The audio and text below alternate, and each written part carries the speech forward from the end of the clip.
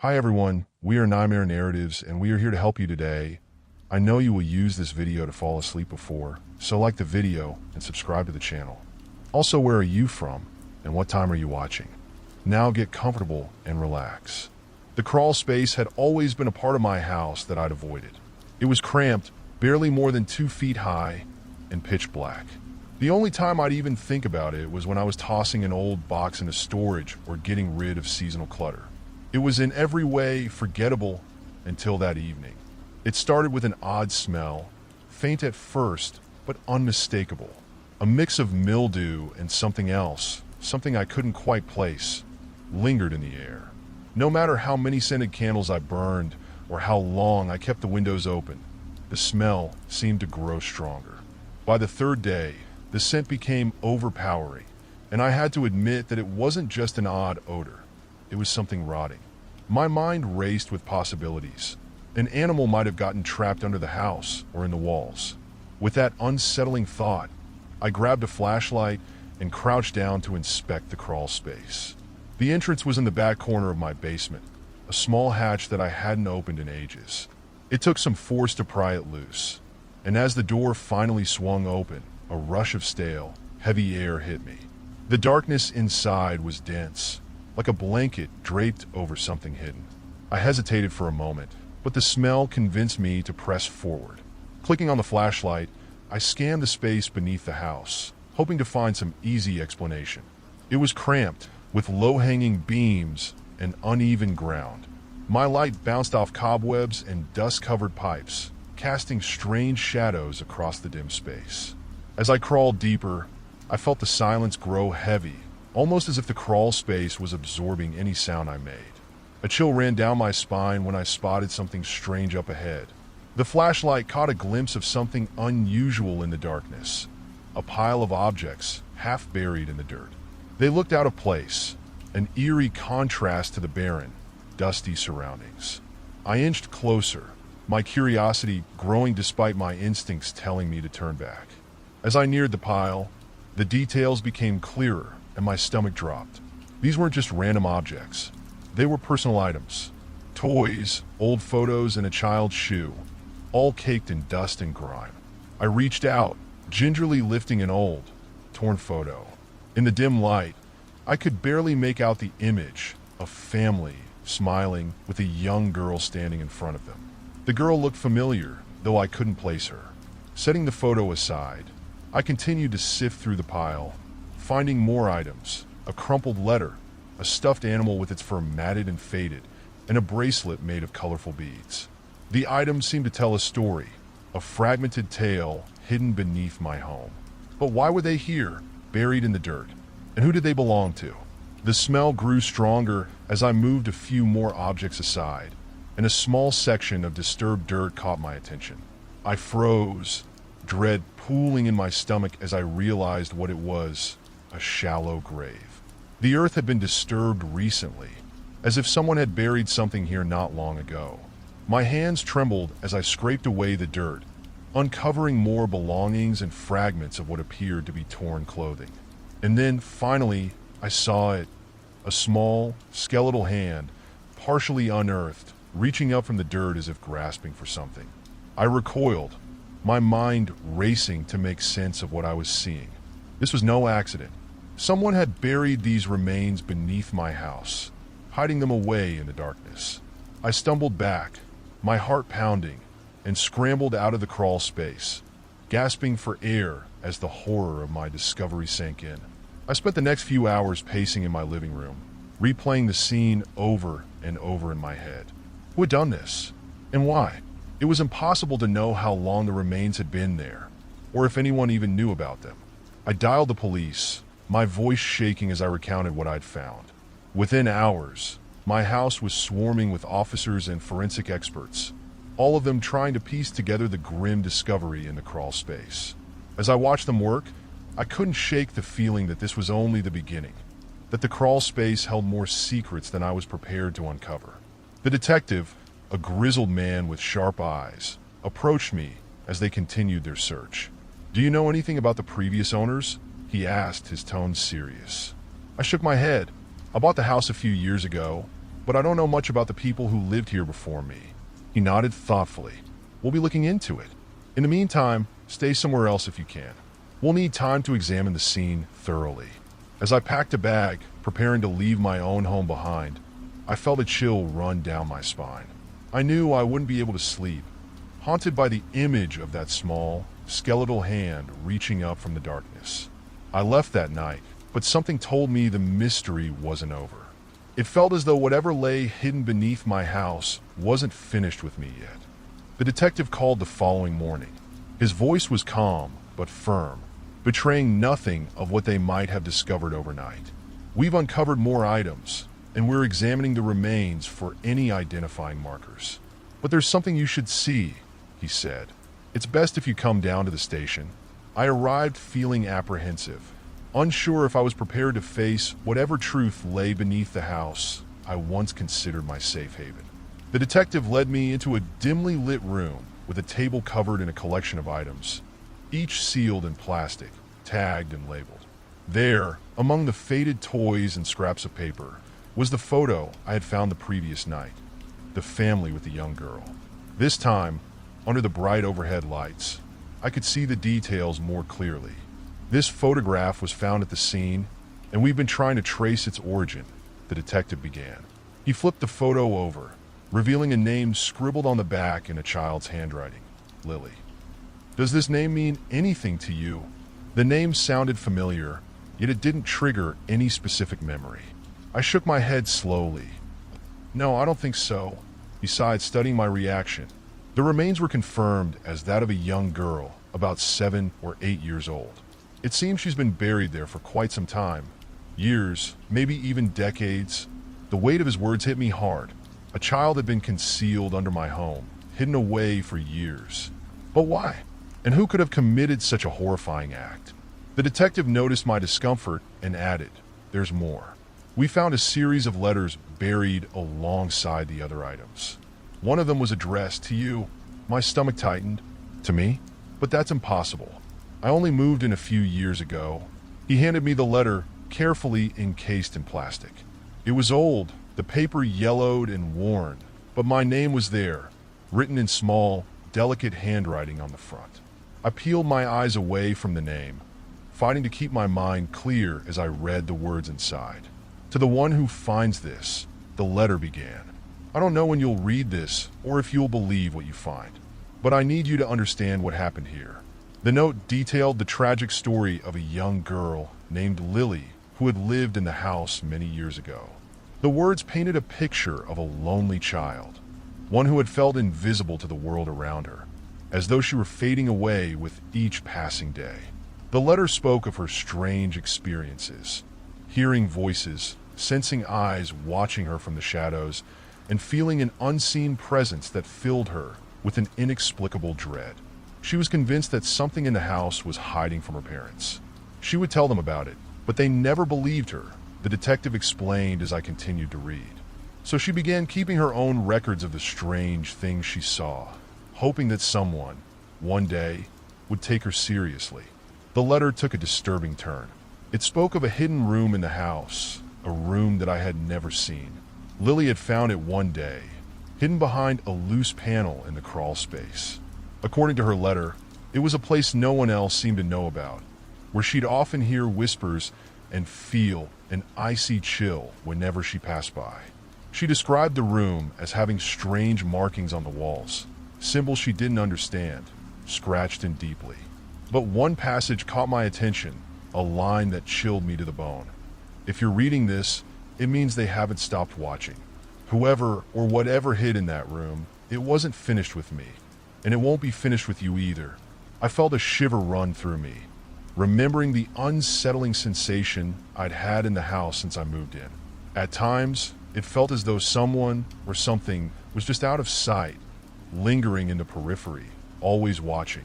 The sensation of being watched hadn't stopped since I discovered the crawl space. In fact, it had only intensified.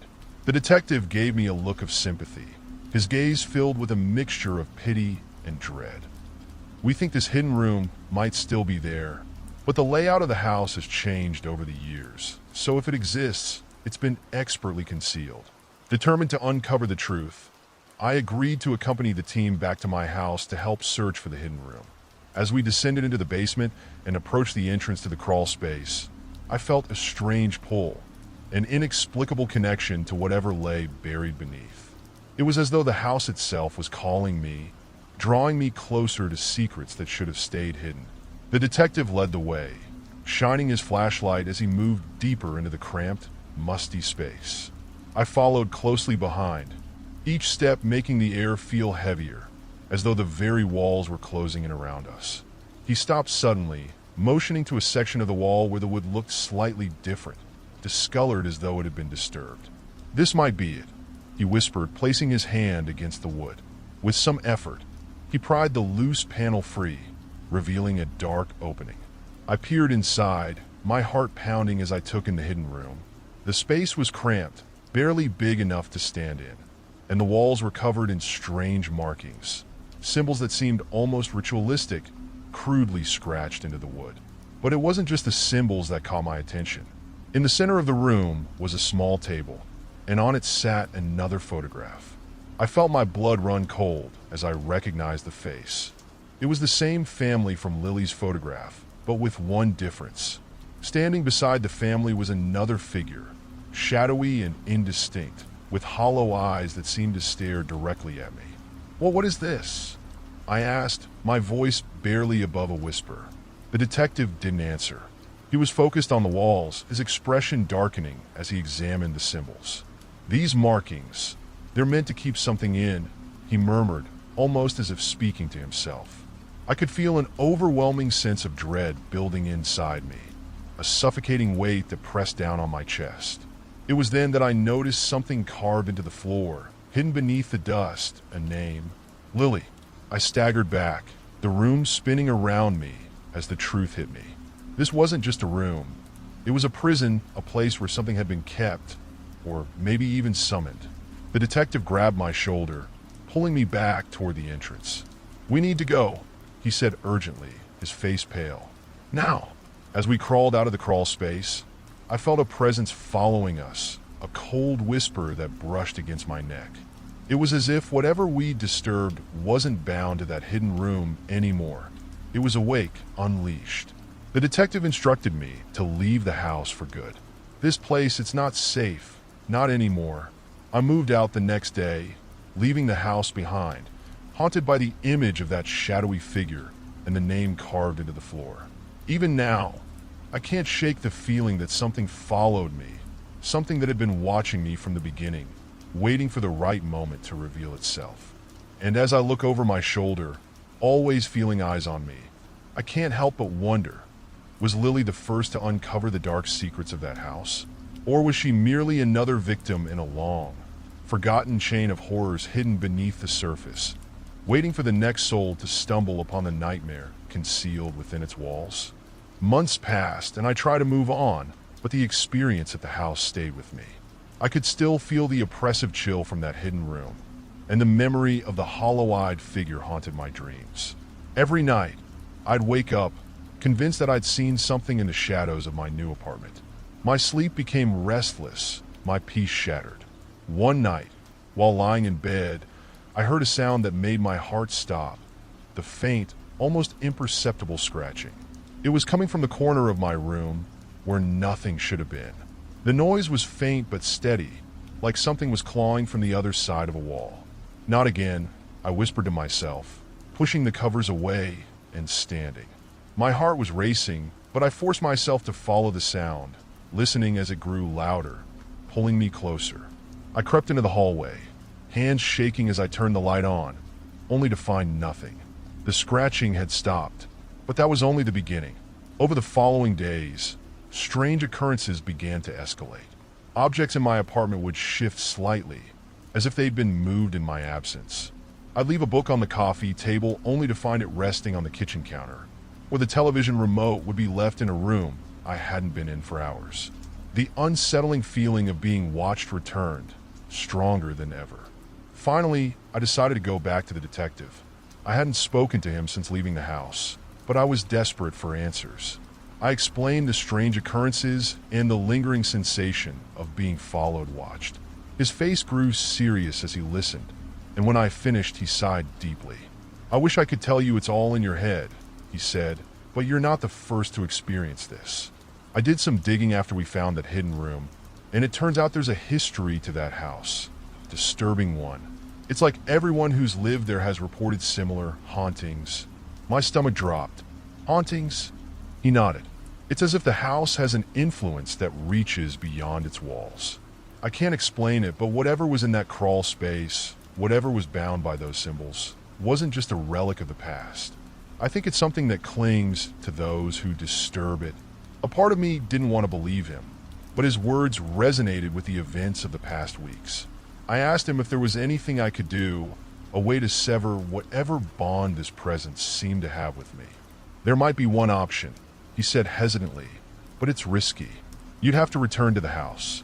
The presence seems to originate from there, and I believe it's possible that by confronting it, we might be able to sever its connection." My heart pounded as I absorbed his words. Going back to that place was the last thing I wanted, but I knew that if I didn't, this nightmare might never end. So, with more than a little reluctance, I agreed. That night, the detective and I returned to the house, armed with flashlights and a sense of foreboding that only deepened as we approached. The air around the house felt heavier, colder, as if it sensed our arrival. The detective led the way, but as we stepped inside, I was immediately overcome by an eerie familiarity, a sense that the house had been waiting for me. We moved quietly, making our way to the basement. The darkness seemed thicker here, almost tangible, as if it wanted to swallow the light of our flashlights. When we reached the crawl space, the detective gestured for me to take the lead. "You're the one it's tied to. If there's any way to break this, it has to start with you." I took a deep breath, steeling myself as I crouched and crawled into the confined space. The air was thick with dust, and I could feel my pulse racing, each beat echoing in my ears. When I reached the wall where we'd uncovered the hidden room, I hesitated, feeling that familiar chill creeping over me.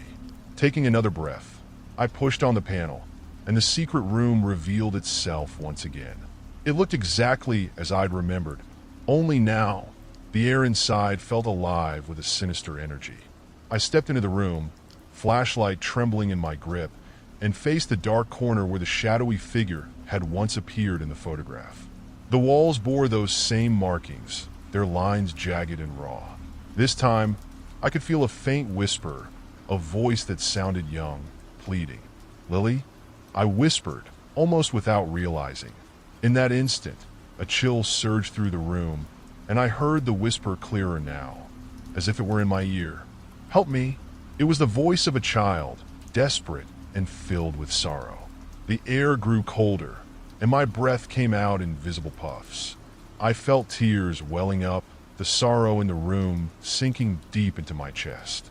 Whatever had happened to her, whatever dark force had trapped her, was still here, feeding off this place, off me. And then I felt a pressure on my shoulder, a soft, cold hand. I spun around, expecting to see the detective, but I was alone. The hand remained, pressing down as though it were urging me toward the symbols. I took a step forward, guided by the unseen force, and as I placed my hand on the wall, I felt a surge of energy that knocked the breath out of me. My mind flooded with images of Lily, of the family in the photograph, of the figure with hollow eyes, standing in this very room. Then, I heard the detective's voice calling my name, snapping me back to reality. "Are you okay?" he asked, his face pale as he reached out to pull me from the room. I nodded, though I wasn't sure what had just happened. The hand on my shoulder was gone. The chill had lifted, and I felt lighter, as though some weight had been lifted from my soul. As we left the crawl space and made our way back upstairs, I couldn't shake the feeling that Lily had finally found peace, or at least part of it. In the weeks that followed, the disturbances stopped. The sensation of being watched faded, and the eerie events in my new apartment ceased. I finally felt free, though the memory of that house and the secrets it held remained. I would never forget Lily or the horror I'd uncovered, but I had found closure, an ending to a story that had begun long before I ever set foot in that house. And in my heart, I hoped that Lily had found peace too. The relief I felt after that final visit to the house was short-lived. For a few weeks, I enjoyed a calm that I hadn't felt in what seemed like forever.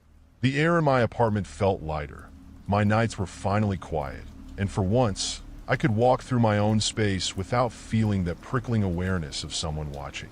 But then, subtle disturbances started creeping back in.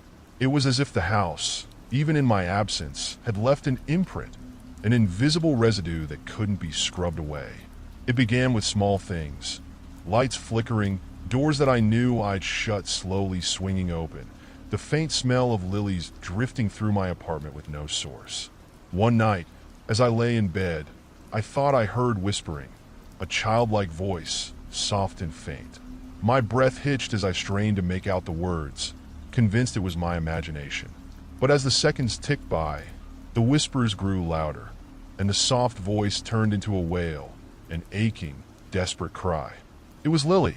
The sorrow and desperation in her voice pierced through me, and suddenly, I knew I couldn't ignore it. I sat up, my heart pounding as I clutched my blanket. My mind raced. How was this happening? I had done everything I could to release her, hadn't I? In the days that followed, her presence grew more intense. I would see fleeting shadows in my peripheral vision, and once in the mirror, I could have sworn I saw a little girl standing behind me, her eyes hollow and empty. I turned in an instant, only to find nothing. But the air was thick with something intangible, a tension I couldn't shake. Then, I remembered the detective's warning. The house had an influence beyond its walls. I decided to visit the detective once more, feeling both embarrassed and desperate. I walked into his office, my skin prickling as if Lily's gaze had followed me there. The detective listened intently, his face set in a hard line. After I finished, he was silent for a few moments, his eyes dark and thoughtful. Lily's spirit may still be attached to you, he said finally. It's as though the bond wasn't broken, but transferred. And now, she's trying to reach you. What can I do? I asked, my voice a mixture of fear and frustration. How do I stop this? He looked at me gravely. I've read about cases like this before. Spirits sometimes attach themselves to those who seem willing to listen, to care. She may be reaching out because she trusts you to help her. But to truly free her, you'd have to uncover whatever it is that still ties her here. The thought made my stomach churn. Returning to that house, facing whatever was left of Lily's story, was the last thing I wanted. But the disturbances were growing stronger by the day, and I knew that if I didn't find a way to resolve this, I'd be trapped in this nightmare forever. That night, I went home and sat down with the few pieces of the puzzle I had, the photographs, my notes from the crawl space, and the detective's files. I combed through them with a new sense of urgency, looking for anything that might shed light on Lily's story. And then I found it. In one of the detective's old files, there was a faded newspaper clipping about the family who had lived in the house decades ago. The article spoke of a tragedy, a child gone missing, her body never found. The child's name was Lily. My blood ran cold as I stared at the clipping, the details blurring in front of me.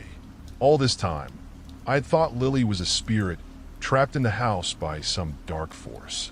But now, it seemed more likely that Lily had died under tragic, unexplained circumstances, and her spirit was indeed searching for peace.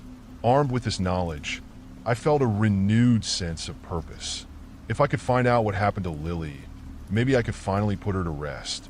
With the revelation that Lily had been a real child whose spirit was likely bound to the house, I knew I couldn't avoid returning. Her story needed an ending, and I was, strangely, the one to deliver it. I planned my approach meticulously. If I was going to confront whatever lingering force was keeping Lily trapped, I needed to be prepared. Equipped with a flashlight, my phone for recording, and a few small objects the detective had suggested could help anchor a spirit, personal artifacts that could provide comfort or connection, I set out for the house just after dusk. The moment I stepped onto the property, a chill seeped through my skin, colder than any autumn night had a right to be. My flashlight cut through the gathering darkness as I moved up the creaky front steps. The door, which I had previously ensured was locked, creaked open on its own as if welcoming me back. Inside, the air was stale, thick with an unnatural heaviness. Every step felt laden with unseen weight, as if something was resisting my presence. My hands shook slightly as I crossed the threshold into the living room. The house was unnervingly silent. Only the occasional groan of the floorboards and the faint echo of my own breathing reminded me I wasn't in some suspended nightmare. I made my way up the staircase, the memories of my last visit flashing back with every step. It felt like walking into a trap, but I pressed on, compelled by Lily's faint cries that echoed in my mind. Each creak of the floor seemed to resonate with a distant sorrow, a weight I couldn't ignore. Reaching the second floor, I paused outside Lily's old bedroom, my hand hovering over the doorknob. I took a deep breath and turned the handle, pushing the door open. Inside, the room looked unchanged, as if it had been frozen in time. The wallpaper, faded and peeling, still bore faint traces of pink floral patterns, and a lone, dusty rocking chair sat in the corner, its mere presence adding an unsettling stillness to the room. I whispered into the darkness, "Lily, are you here?" The room remained silent. I scanned the space with my flashlight, my eyes lingering on every detail. That's when I noticed it, a faint scratch on the wall above the bed. Leaning in closer, I saw that it was more than just a scratch. It was a word, faint but unmistakable. Help. A chill ran through me, but I swallowed down my fear, determined to stay focused. I knew I needed to head to the crawl space again. I turned back, closing the bedroom door gently behind me, and headed down the hall toward the small door that led to the attic's hidden corners. Inside the crawl space, the air felt even thicker, like walking into a tangible, pressing darkness. My flashlight beam illuminated the cobwebs and dust-coated corners, casting long shadows that danced with every small movement. And then I saw it, the small object I'd left during my last visit, the old hairbrush. It lay in the center of the crawl space, as if it had been deliberately placed there by unseen hands. Kneeling down, I picked up the hairbrush, brushing away the dust. My hand grazed something smooth and cold beneath it. I lifted the brush, and to my shock, a small, delicate locket lay underneath. The locket was old, its silver surface tarnished and scratched. I pried it open, revealing a small, faded photograph inside. A young girl, her hair in pigtails, her eyes bright and innocent. It was Lily.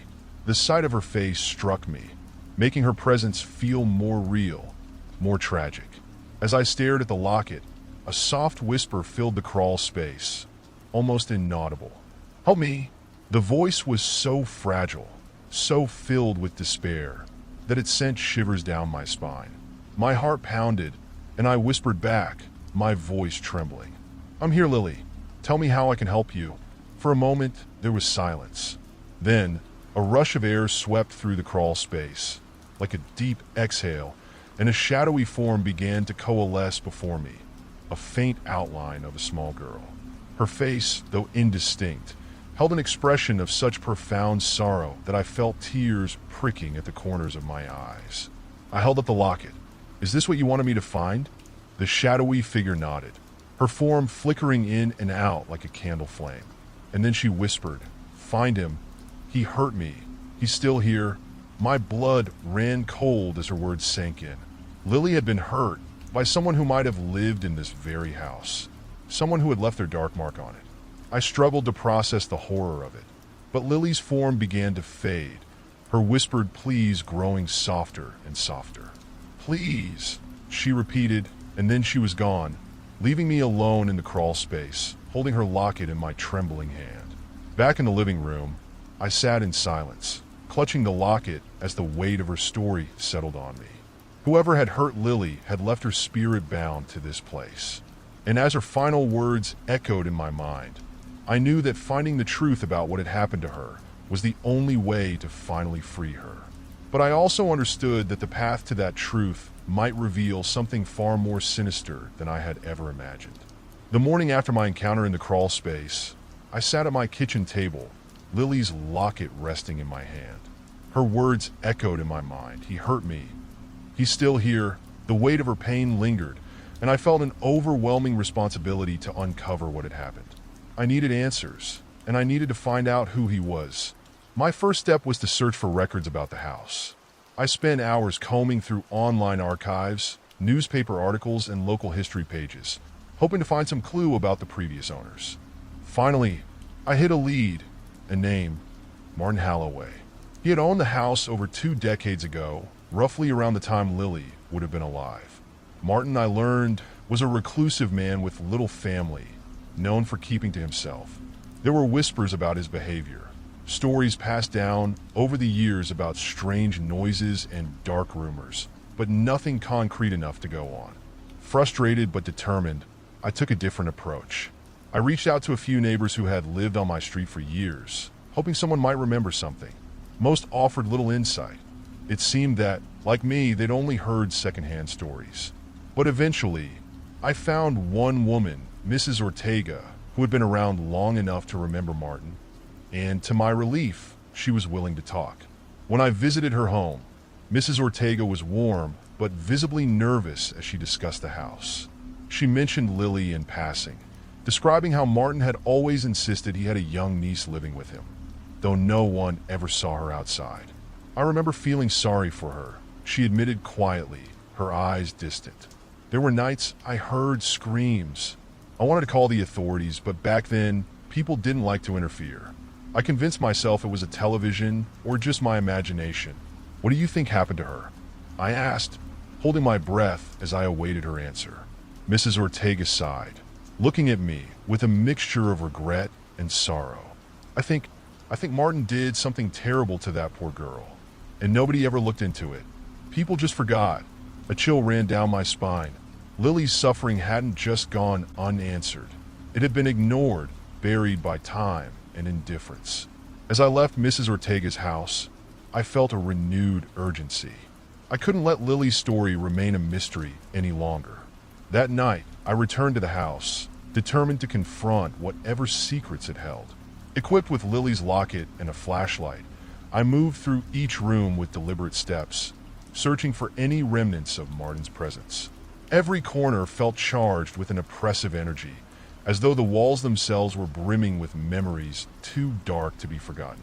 When I reached the living room, I noticed something peculiar. The wallpaper, faded with age, had a barely noticeable tear in one corner. Moving closer, I tugged at the loose edge, revealing a hidden door behind the wallpaper, a small wooden door that seemed out of place. Heart pounding, I opened the door, revealing a narrow stairwell that descended into darkness. The air was heavy with the scent of mildew and the faintest hint of something metallic, like rust. Holding the locket tightly, I took a deep breath and started down the stairs. The basement was almost entirely bare, except for a single worn-out armchair and an old, tarnished mirror. But it wasn't the furniture that caught my attention. There, on the far wall, were deep scratch marks, etched violently into the stone. The scratches formed words, desperate and ragged. "Let me out." Each letter was uneven, as if carved in haste or terror. My stomach twisted at the sight. Lily had been trapped down here. She had tried to escape, tried to communicate her suffering, and had been silenced by the cold, unyielding stone. And then, a faint, barely audible sob echoed through the room. Turning around, I saw a shadow flickering at the edge of my vision, just barely visible in the dim light. I whisper her name. "Lily, is that you?" The shadow wavered, and then, with a soft rustle, she appeared. This time, her form was more solid, her face clearer. Her eyes were filled with a sadness that seemed to stretch across years. She looked at me, then glanced at the locket in my hand. I held it out to her. "Is this what you wanted me to find?" I asked softly. She nodded, reaching toward the locket but stopping short, her hand hovering just above it. And then, in a voice barely above a whisper, she said, "I want to go home." Her words struck me with a force I couldn't describe. Lily didn't just need to be freed. She needed to be laid to rest, her pain acknowledged after all these years. I knew then that uncovering the truth was only part of the journey. The other part was giving Lily the peace she had been denied. Gathering my resolve, I whispered, "I'll help you. I'll make sure you can finally rest." As her form faded from view, I knew my task wasn't over yet. Martin's secrets had been hidden for too long, and if I was going to free Lily, I needed to bring the whole truth to light. The next day, I found myself in the local archives, my hands sifting through yellowed newspaper articles and fragile documents.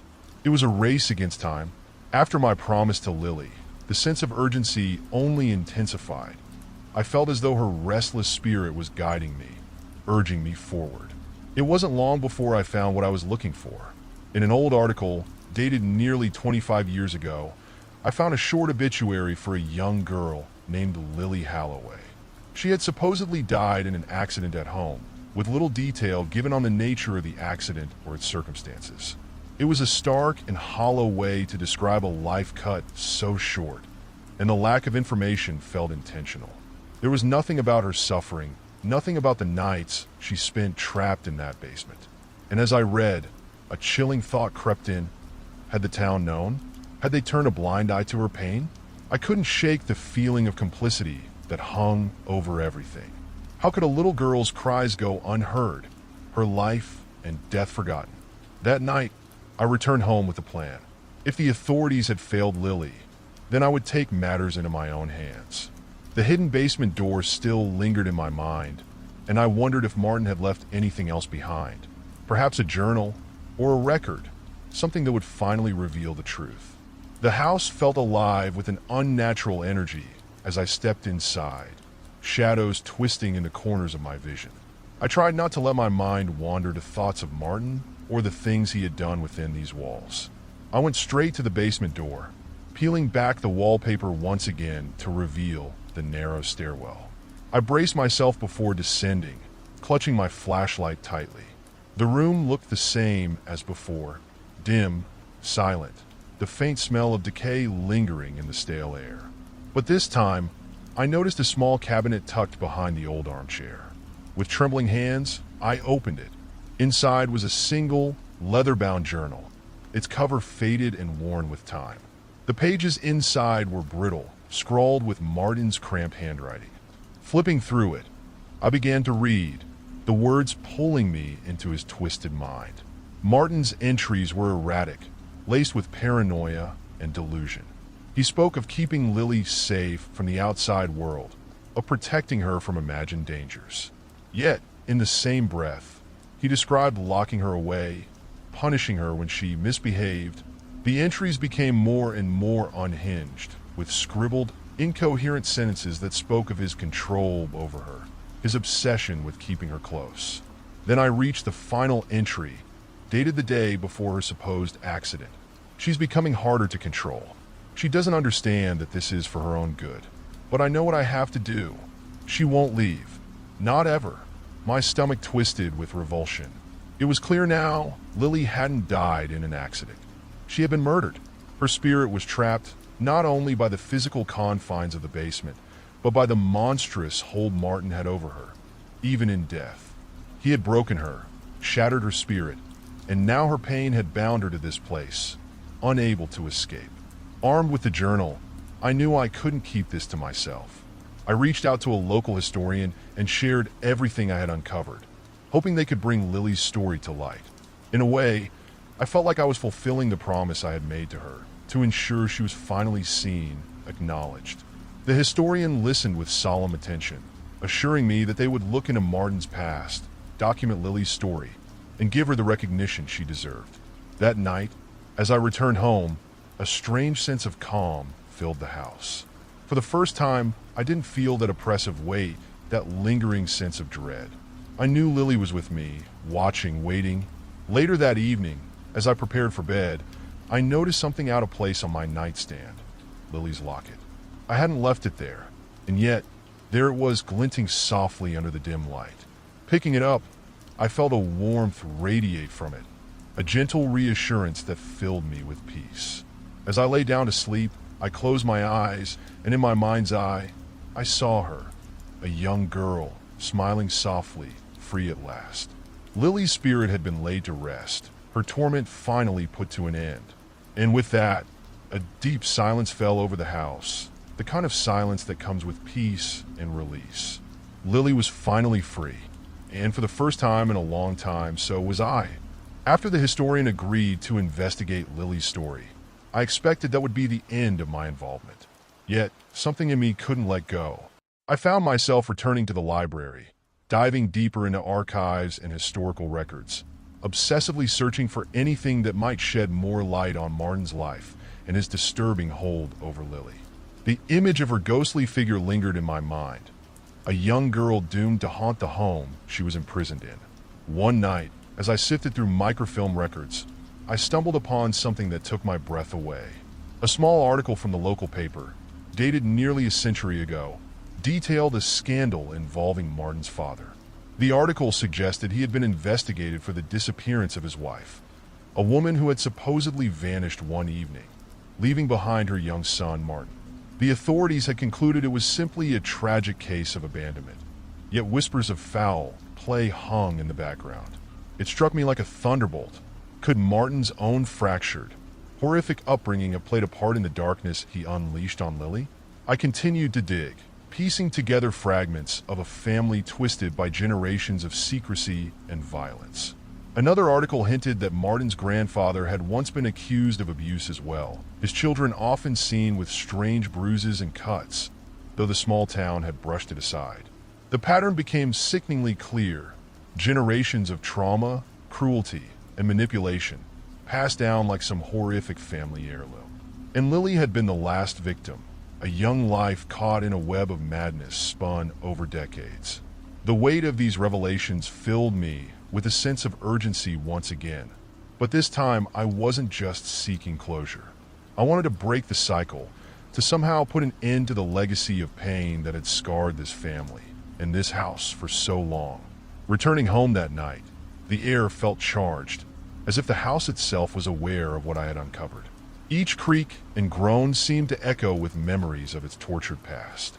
In the living room, I found Lily's locket still resting on the nightstand where I'd left it, but something was different.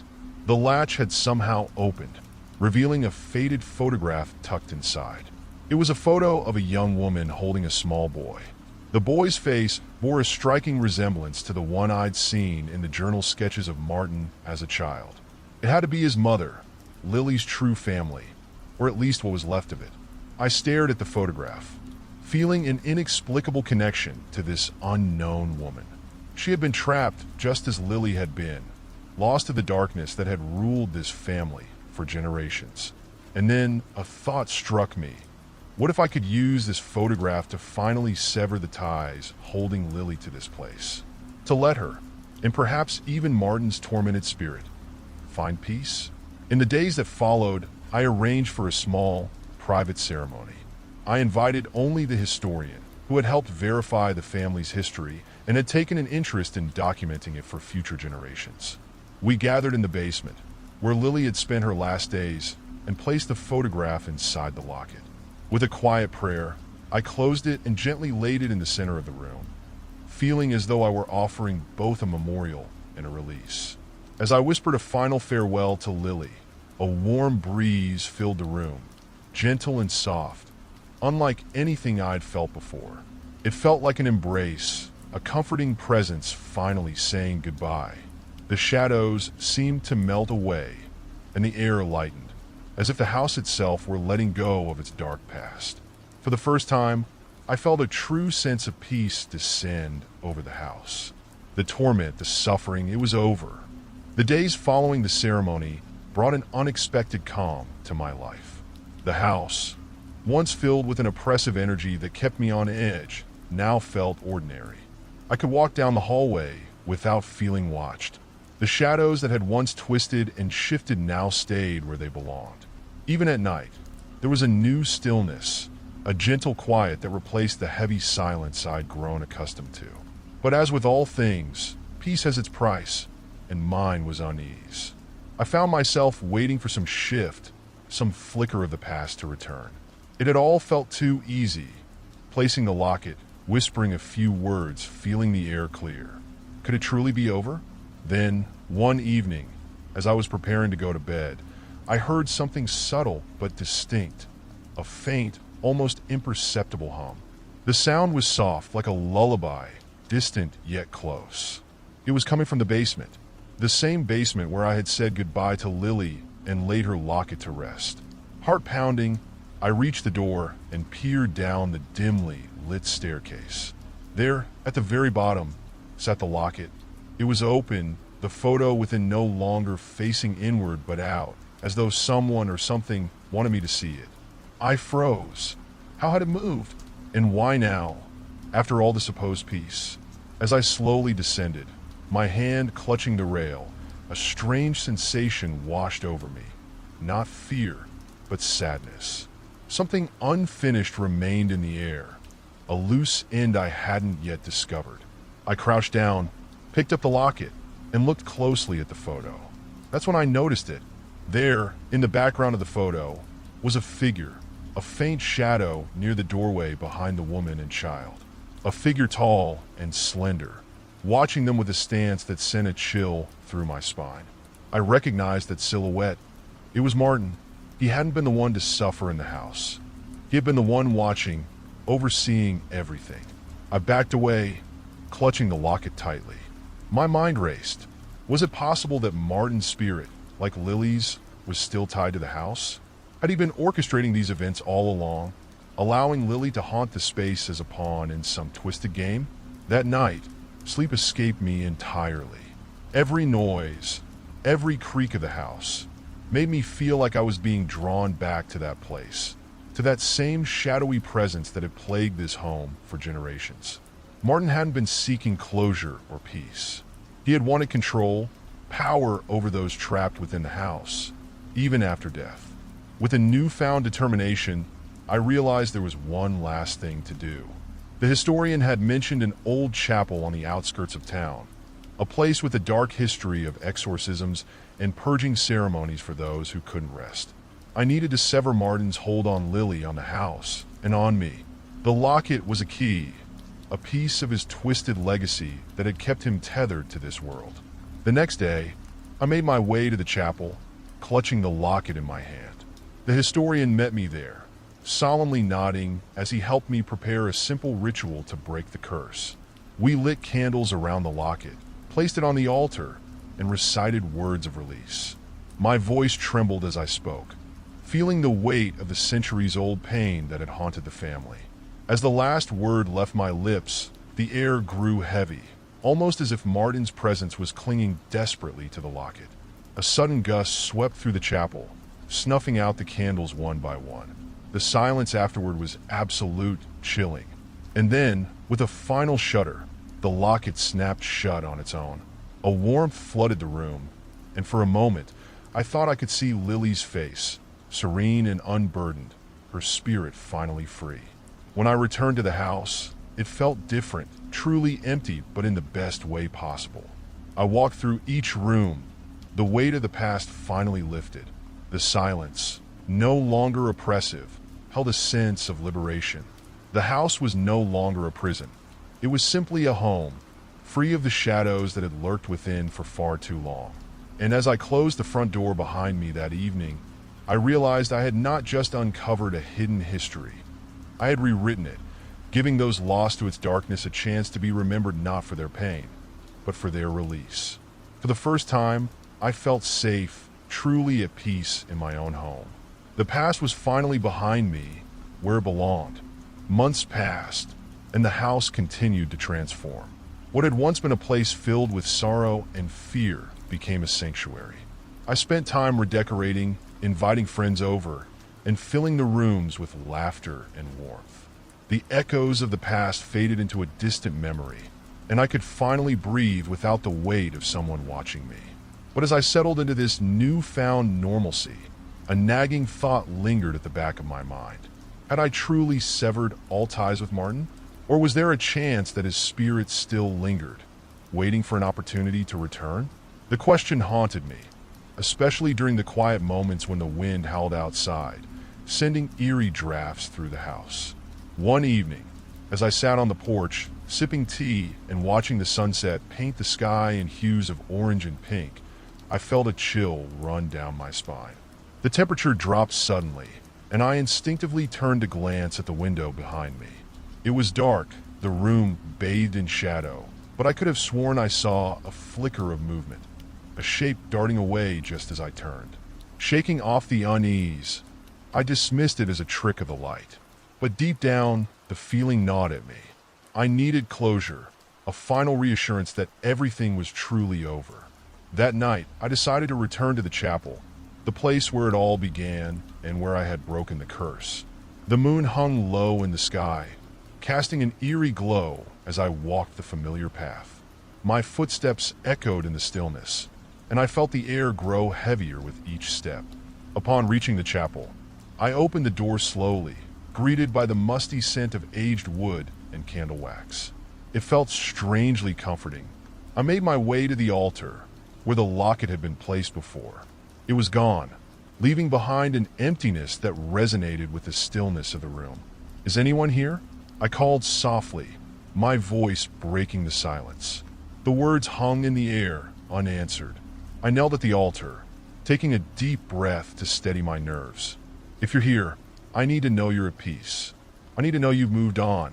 For a moment, nothing happened. The stillness enveloped me, as if the very air was holding its breath. Then, I felt it, a cold breeze brushing against my skin, followed by a faint whisper, almost like the rustling of leaves. "Thank you." The voice was soft yet clear, echoing around the chapel like a lingering memory. My heart raced. Was it Lily? Or was it Martin trying to find a way back? "Is it you, Lily?" I whispered, my throat tightening. "Are you safe?" The air thickened, and I felt a gentle warmth wash over me. The sensation enveloped me like a protective blanket, and the whisper came again, more pronounced this time. "Free." I closed my eyes, allowing the warmth to seep into my bones. It was as if the chapel itself were alive, resonating with the energy of those who had passed. I envisioned Lily, her laughter echoing in the halls, finally liberated from the chains that had bound her to this world. "Rest well," I murmured, tears streaming down my cheeks. "You're finally free. You and Martin." And in that moment, I felt a deep connection to the spirits who had lingered. I understood that Martin had not been purely evil. He was a man consumed by his desires and regrets. The past could never be changed, but acknowledging it allowed healing. As I left the chapel, a profound sense of peace washed over me. The darkness that had once threatened to swallow me whole had been transformed into something beautiful. I walked home under the stars, the weight of fear lifted, replaced by gratitude for the lessons learned and the love that remained. In the weeks that followed, I felt a subtle shift in the atmosphere of my house. The laughter of friends mingled with the echoes of the past, and the once ominous presence had been replaced by warmth and comfort. The flowers continued to appear on my doorstep, a reminder that love persists even beyond death. I smiled, knowing they were left by someone who understood the beauty of remembrance. I finally felt safe, knowing that the past no longer held power over me. I had not only discovered the truth about my home, but had forged a new legacy, a space where the memories of those who had come before me could live on, free from pain and sorrow. The journey was not just about confronting fears. It was about embracing the past while forging a path into the future. In the quiet moments of reflection, I knew I would always carry their stories with me, a testament to the resilience of the human spirit. If you like the story, don't forget to subscribe, and like the video. Let's begin the next story. Moving to a new town was supposed to be a fresh start for me, a chance to escape the haunting memories of my past. I rented a modest apartment on the outskirts, surrounded by trees and friendly neighbors. Each morning, I woke up with a sense of hope, convinced that I could redefine my life. Little did I know that this hopeful chapter would soon twist into something dark. One chilly autumn morning, I ventured out to grab coffee from the quaint cafe just a few blocks away. As I stepped outside, the crisp air brushed against my skin, and I took a deep breath, savoring the scent of fallen leaves and brewing coffee. It was a beautiful day, or at least it had started that way. As I walked, I noticed a tall figure across the street. He stood motionless, dressed in a long dark coat and a hat that obscured his face. His posture was rigid, and though there were people bustling around, he seemed completely detached from the world. I shrugged it off, chalking it up to my imagination. Maybe he was just another passerby, but something about him sent a shiver down my spine. I quickened my pace, shaking off the unease as I entered the cafe. Inside, the warmth enveloped me, and I ordered my usual, an extra shot of espresso and a blueberry muffin. As I waited, I glanced out the window, and my heart sank. The man was still there, now standing even closer to the cafe entrance, his gaze fixed in my direction. I quickly turned away, feeling a rush of panic. Was he watching me? After what felt like an eternity, I grabbed my coffee and muffin and hurried back to my apartment. I told myself it was nothing, just a figment of my anxiety about starting over. That night, I tried to shake off the unsettling feeling, but sleep eluded me as I replayed the morning's events in my mind. The following days were filled with routine, yet I couldn't shake the memory of that man. I saw him several more times, always at a distance, always watching. Each encounter deepened my discomfort, and I began altering my schedule, hoping to avoid him. But despite my efforts, he was always there, lurking just beyond my line of sight. One evening, after a long day at work, I returned home to find my apartment dim and quiet.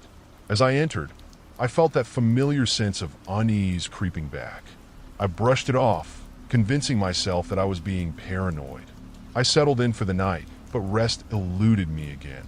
Just as I began to drift off, I heard a soft tapping at my window. Startled, I shot up, heart racing. I glanced toward the window, but all I saw was darkness.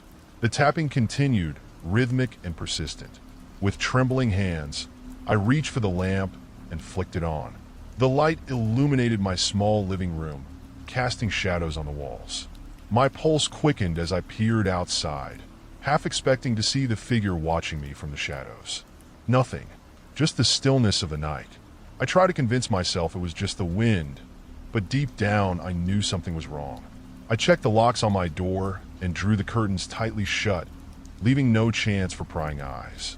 The next day, I decided to confront my fears head-on. I would go for a walk at the same time I'd seen him, and this time, I wouldn't let fear dictate my actions. I dressed in comfortable clothes and stepped outside, forcing myself to maintain an air of confidence. As I walked, I felt the eyes of the neighborhood upon me. I kept my head high and my shoulders back, determined not to show any signs of weakness. Then, I saw him again, standing at the corner of the street, seemingly waiting for me. My heart sank. This time I didn't back down. I marched right up to him, feeling the adrenaline surge through my veins. "Why are you following me?" I demanded, my voice steady despite the fear threatening to crack it.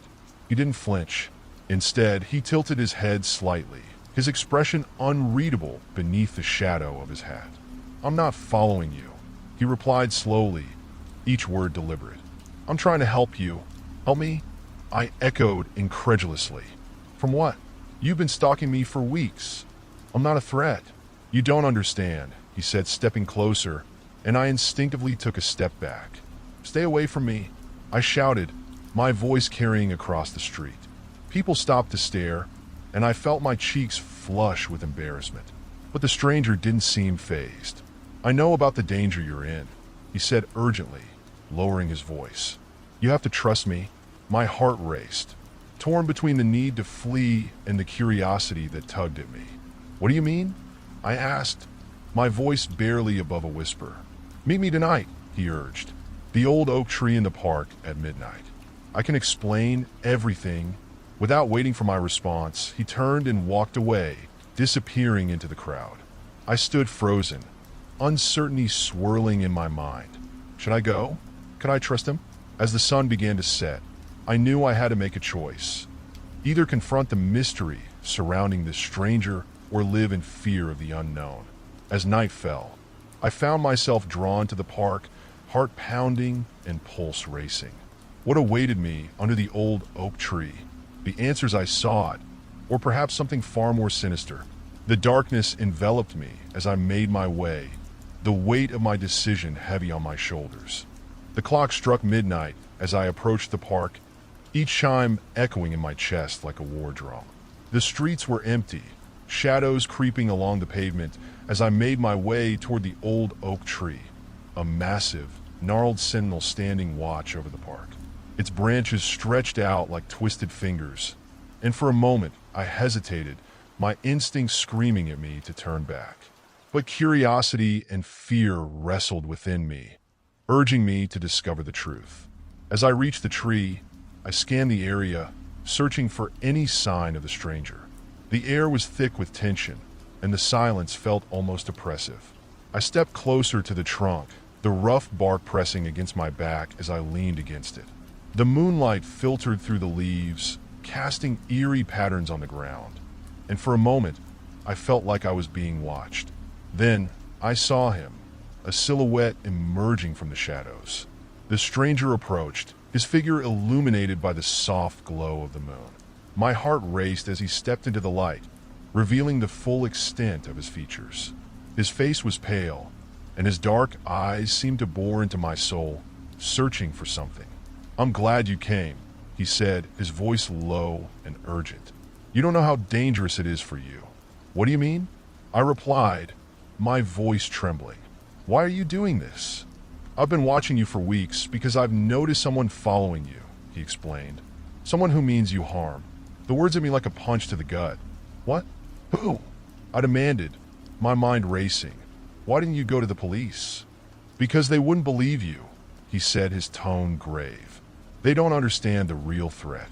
"But I do. I've seen the signs." "Signs? What signs?" I asked, my frustration boiling over. I was desperate for clarity, and all he provided were vague warnings. "There's someone in your building," he continued, glancing around as if checking for eavesdroppers. "They've been watching you, learning your routine.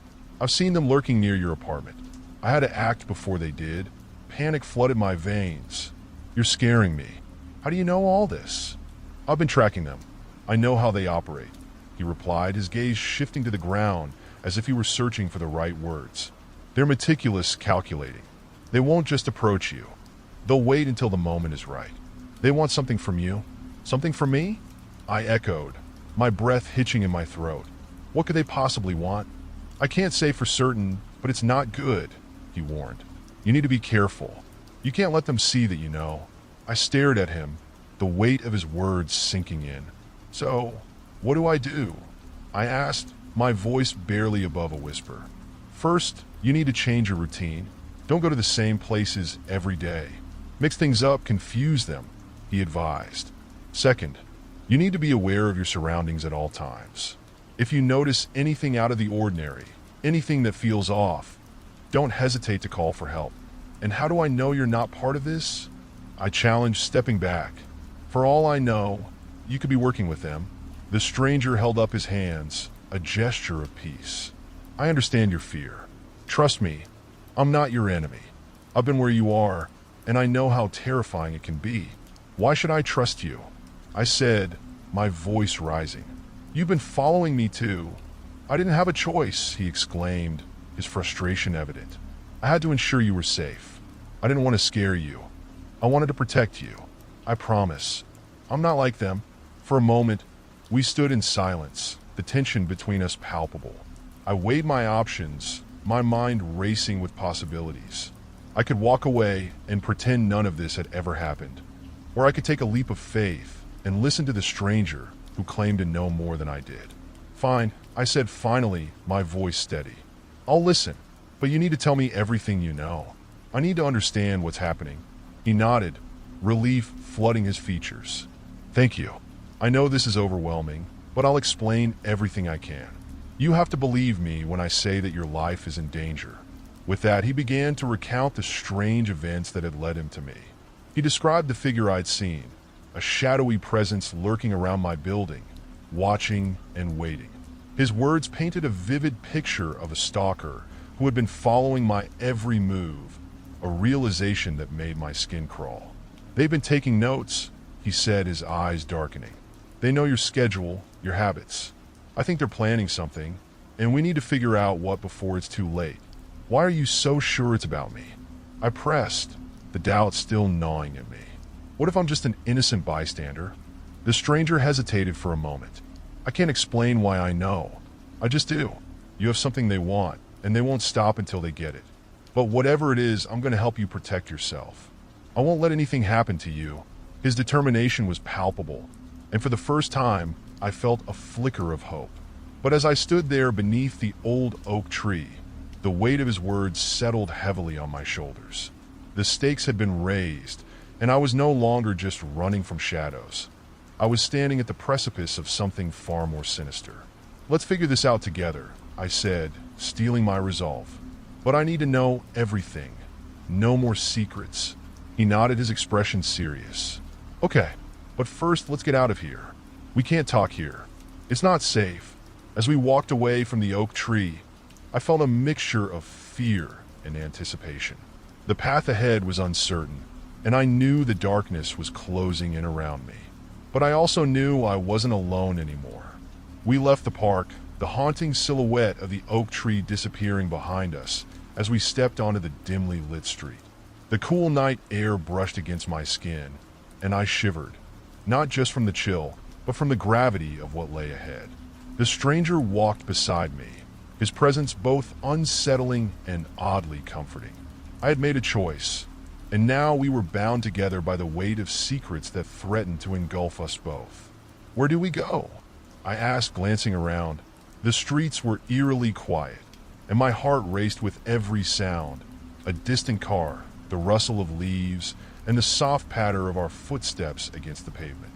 "We need to find a safe place to talk," he replied, scanning our surroundings. "Somewhere we won't be overheard." I thought of my apartment, the familiar walls that now felt more like a prison than a sanctuary. It wouldn't be safe to go back there, not with the possibility that someone might be watching. Instead, I suggested a nearby diner that was open 24 hours. "It's a public place, but it's also far enough away from my building," I said. "We can grab a booth in the back." He nodded in agreement, and we hurried toward the diner, my mind racing with questions. Who was this stranger, and how did he know so much about me? My instincts screamed at me to be cautious, but as I walked alongside him, I couldn't shake the feeling that he was my best chance at uncovering the truth. The neon lights of the diner flickered ahead, casting an inviting glow against the darkness. As we entered, the comforting smell of coffee and greasy food enveloped us. I led the way to a booth in the corner, slipping into the worn vinyl seat while he slid in across from me. Once seated, I glanced around, making sure we were alone. The diner was sparsely populated, just a few late-night patrons scattered across the counter and booths. I took a deep breath, steadying myself. "Okay, tell me everything." He leaned in, lowering his voice as if sharing a conspiracy. "First, I need to explain how I found you. I've been following the person who's been watching you. It started a few weeks ago when I noticed someone lurking near your apartment. At first, I thought it was just a coincidence, but then I saw them waiting outside when you left for work. I followed them, hoping to understand their intentions. I felt a chill run down my spine. "You've been following me for weeks?" "Only to protect you," he insisted. But as I investigated further, I realized that this person has been watching you long before I noticed. They've been taking notes on your habits, your routines. I believe they are waiting for the right moment to make their move. "What do they want?" I asked, my voice trembling. "That's the part one don't know," he said, frustration lacing his tone. "But I'm convinced it has something to do with your family, specifically your father." My heart raced, and I felt a surge of anger and fear. "My father? What does he have to do with any of this?" "He's been dead for years." "I don't know, but I think it's connected," he replied, his gaze intense. "Your father was involved in something dangerous, and I believe this person knows about it. They think you hold the key to whatever it was." "Dangerous? What are you talking about?" I leaned in, desperate for clarity. "I've seen files and documents about your father," he said quietly, glancing around to ensure we weren't overheard. "He was involved in some shady dealings, things that could put you in danger. I don't know the specifics, but I'm certain this stranger believes you have information or something tied to him." A knot formed in my stomach as I absorbed his words. My father had always been a mystery to me. He died when I was young, and my mother rarely spoke about him. I had only ever heard whispers, hints of a man who had been mixed up in the wrong crowd. But this? The thought that someone might want to harm me because of my father's past sent shivers through me.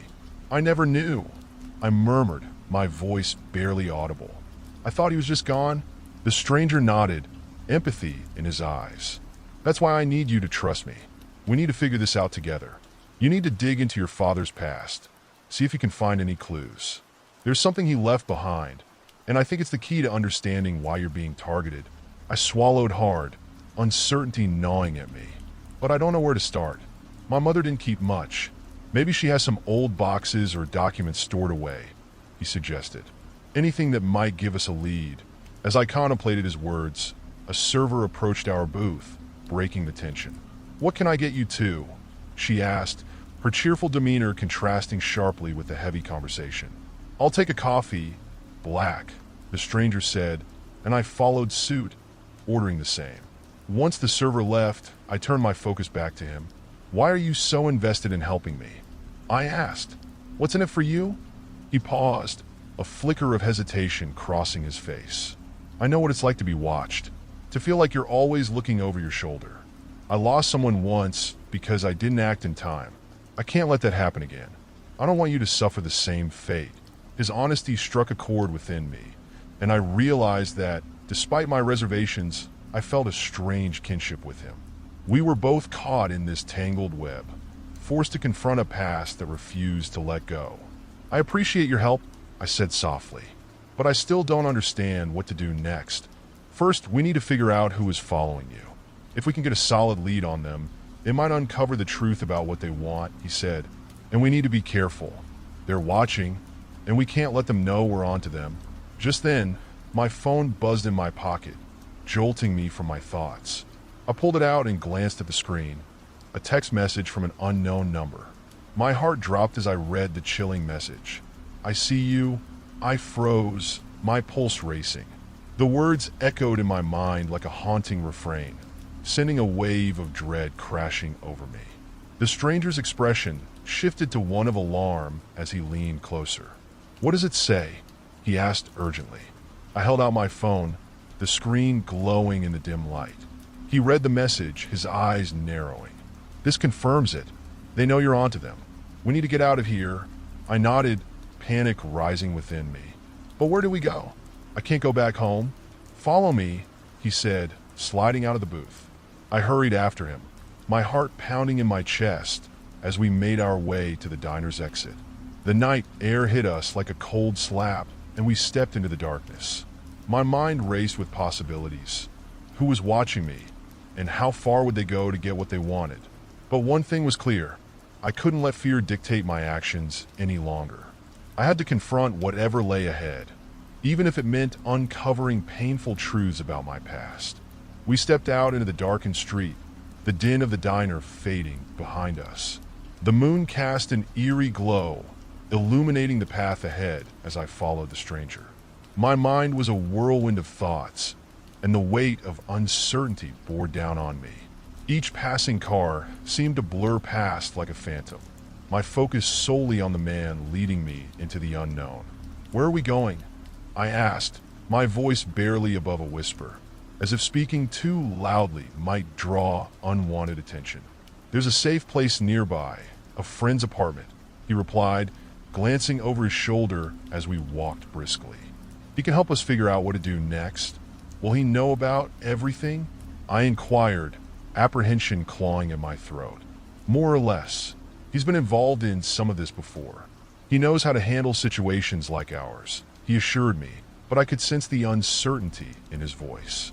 We navigated the darkened streets, my heart racing with every step. As we approached a modest apartment building, a sense of dread washed over me. I felt exposed, vulnerable, and every creak of the pavement beneath my feet heightened my anxiety. I glanced at the stranger, who seemed calm, but I noticed the tension in his jaw and the slight furrow of his brow. Once inside the building, he led me to a small apartment on the second floor. The door opened to a dimly lit living space, cluttered yet inviting, with walls adorned in a mix of posters and photographs. A worn couch sat in the middle of the room, flanked by stacks of books and a small coffee table littered with papers. Stay here for a moment, he said, moving toward the small kitchen area. I'll grab some water and see if I can reach my friend. As he moved around, I took a moment to absorb my surroundings.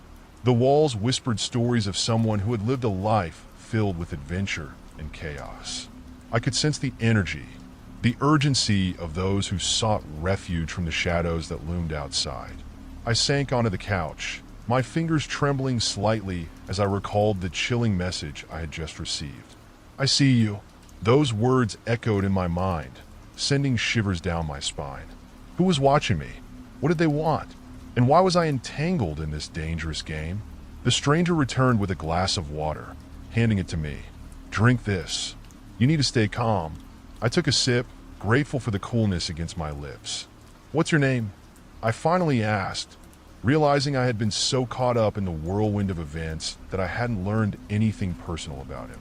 "Call me Jake," he said, his eyes meeting mine with a mixture of determination and concern. "And you're?" "Lila," I replied, the name slipping from my lips as if it were a lifeline. "Nice to officially meet you, Lila," he said, offering a reassuring smile. "Now, we need to focus on the next steps." Just then, a loud knock echoed through the room, jolting me from my thoughts. I froze, my heart racing as fear surged within me. Jake shot me a look, and for a moment, time seemed to stand still. "Is that?" I began, but he quickly shushed me. "Stay quiet," he whispered, moving to the door and peeking through the peephole. The tension in the room thickened, and I could hear the muffled sounds of voices outside. My breath quickened as Jake pressed his ear against the door, trying to make sense of the situation. After a moment, he pulled away, his expression grave. "It's my friend, Sam.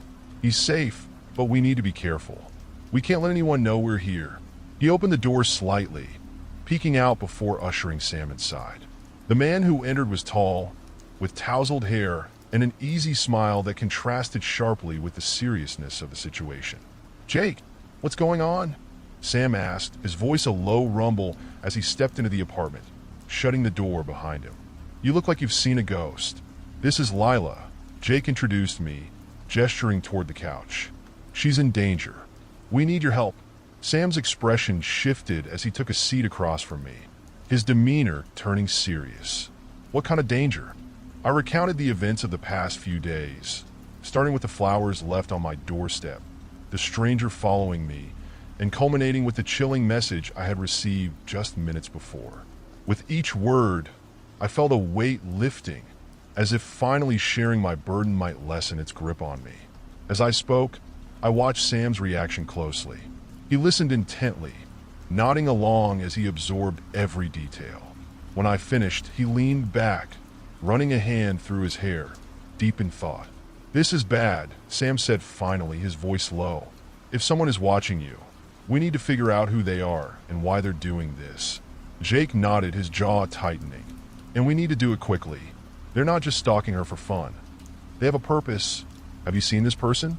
Do you know who it is?" Sam asked, turning to me. I shook my head, frustration bubbling to the surface. "I don't even know what they look like.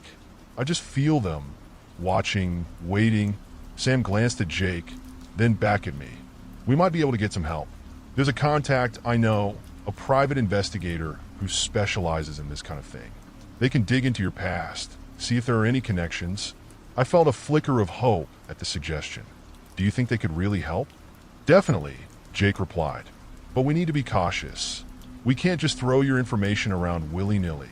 "Agreed," Sam said, "but we don't have much time. We need to act fast." "Okay," I said, feeling the weight of their concern and urgency. "What do we do next?" Sam took a deep breath, leaning forward. "First, we'll need to secure this place. We can't have anyone tracing us here. We need to look for cameras or anything suspicious. Then, I'll reach out to my contact and see if they can meet us tonight." I nodded, the adrenaline coursing through me. I felt a sense of purpose building within me, fueled by the determination to confront whatever lurked in the shadows. Jake rose from the couch. "Let's do this. We'll find a way to keep you safe, Lila. I promise." As they began to scan the room, I couldn't help but feel a mix of gratitude and fear. I had stepped into a world of chaos, yet in this moment, surrounded by these two men, I felt less alone.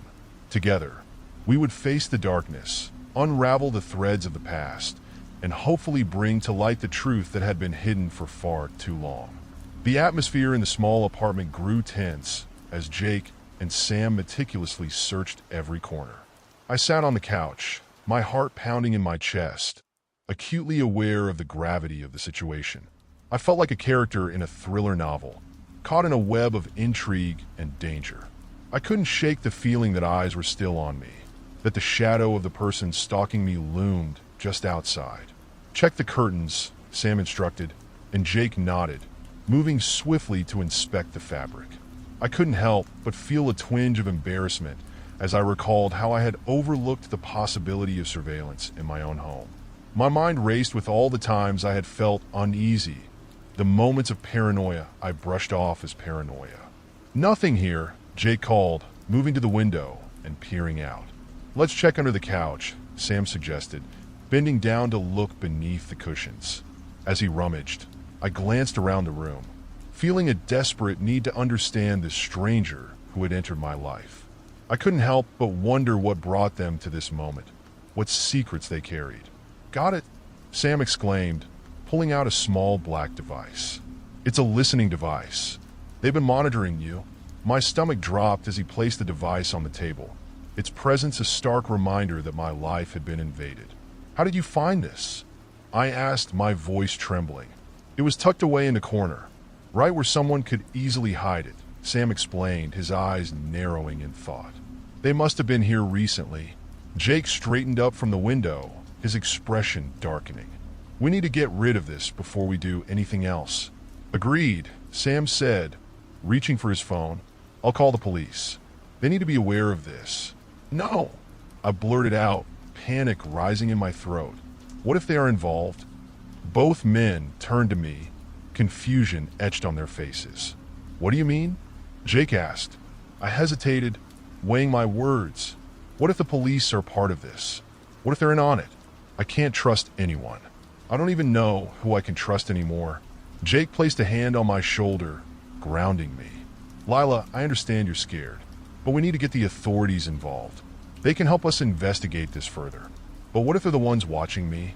I pressed, the fear of being trapped gnawing at my insides.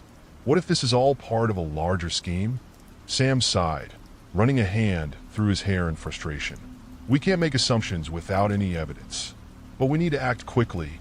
Jake nodded, his eyes scanning the room. "How about this? We destroy the listening device first. Then we can figure out our next steps." I hesitated, but ultimately agreed. I didn't want to draw any more attention to myself than I already had. "Okay, let's do it." Sam grabbed a pair of scissors from a nearby drawer, his hands steady as he approached the device. "This might get a little loud," he warned. He quickly snipped the wires, and the device fell silent, a small victory amidst the uncertainty. A wave of relief washed over me as Sam disposed of it in the trash bin, but the gnawing fear remained. How many more devices could be lurking in the shadows? "Now what?" I asked, my voice barely above a whisper. Jake stepped forward, determination etched on his face. "Now, we need to figure out who is behind this. We can't live in fear anymore. We'll find out who's been watching you and why." "Right," Sam said, his phone still in hand. "I'll reach out to my contact, see if they can gather some intel on your situation. But we need to make sure we stay hidden. We can't let whoever is watching you know we're onto them." Just then, the atmosphere in the room shifted. A loud knock reverberated through the apartment, sending chills down my spine. "Who could that be?" I gasped, my heart racing. Jake and Sam exchanged worried glances. "Stay quiet," Jake instructed, moving cautiously toward the door. As he peered through the peephole, I held my breath, fear clutching in my chest. I could feel the weight of the world pressing down on me. Just when I thought I was beginning to regain some control over my life, the shadows threatened to engulf me once more. After a moment, Jake stepped away from the door, his face pale. "It's the police," he whispered. My heart sank. "What do we do?" "We can't let them in," Sam said, his voice firm. "If they're involved, this could end badly. What if they're just here to help?" I countered, desperation creeping into my voice. "We don't know that," Jake replied. "We need to make sure we're safe first. Let's wait and see what they want." The knocking intensified, and I could hear muffled voices on the other side of the door. My mind raced as I considered my options. Should we hide? Should I confront them? Lila, what do you want to do? Jake asked, sensing my internal struggle. I took a deep breath, forcing myself to think clearly. We can't let them know I'm here. Not until we figure out what's really going on. Okay, Jake said, nodding. Let's stay quiet for now. The knocking stopped for a moment, and I could hear the sound of footsteps retreating down the hallway. I exhaled slowly, feeling a mixture of relief and dread. Maybe they're leaving, I whispered. But just as I spoke, the footsteps returned, this time accompanied by a firm voice. Lila, we know you're in there. Open the door. My heart raced again, panic rising within me. I glanced at Jake and Sam, fear etched on their faces. What do we do? I asked, my voice trembling. We need to hide, Sam urged, glancing around the room for a place to conceal ourselves. Without a moment's hesitation, Jake grabbed my arm, leading me to the bedroom. In here, he whispered urgently. We quickly ducked inside, and I held my breath as Jake closed the door quietly behind us. The room was small and dimly lit, filled with the scent of old wood and dust. A bed sat in the corner, its sheets wrinkled and unmade. What now? I asked, my voice barely audible as I pressed myself against the wall, trying to remain calm. We wait, Jake said, his eyes darting to the door. Just stay quiet. As we stood in the suffocating silence, I could hear the police officers outside, their voices muffled but urgent. The sound of my heartbeat thundered in my ears, and I felt a sense of impending doom wash over me. Lila, listen, Jake whispered, his expression serious. No matter what happens, don't say anything. We need to keep our heads down until we know what's going on. I nodded, trying to steady my breathing as I leaned against the wall. The tension in the room was palpable, and I could feel the weight of the situation pressing down on us. Suddenly, the door swung open, and a police officer stepped inside, followed by another. My heart dropped as I prepared for the worst. Lila, there you are, the officer called, his voice commanding yet relieved. I stood frozen, unsure of how to react. Jake's hand tightened around my wrist, and I could see the concern in his eyes. What do you want?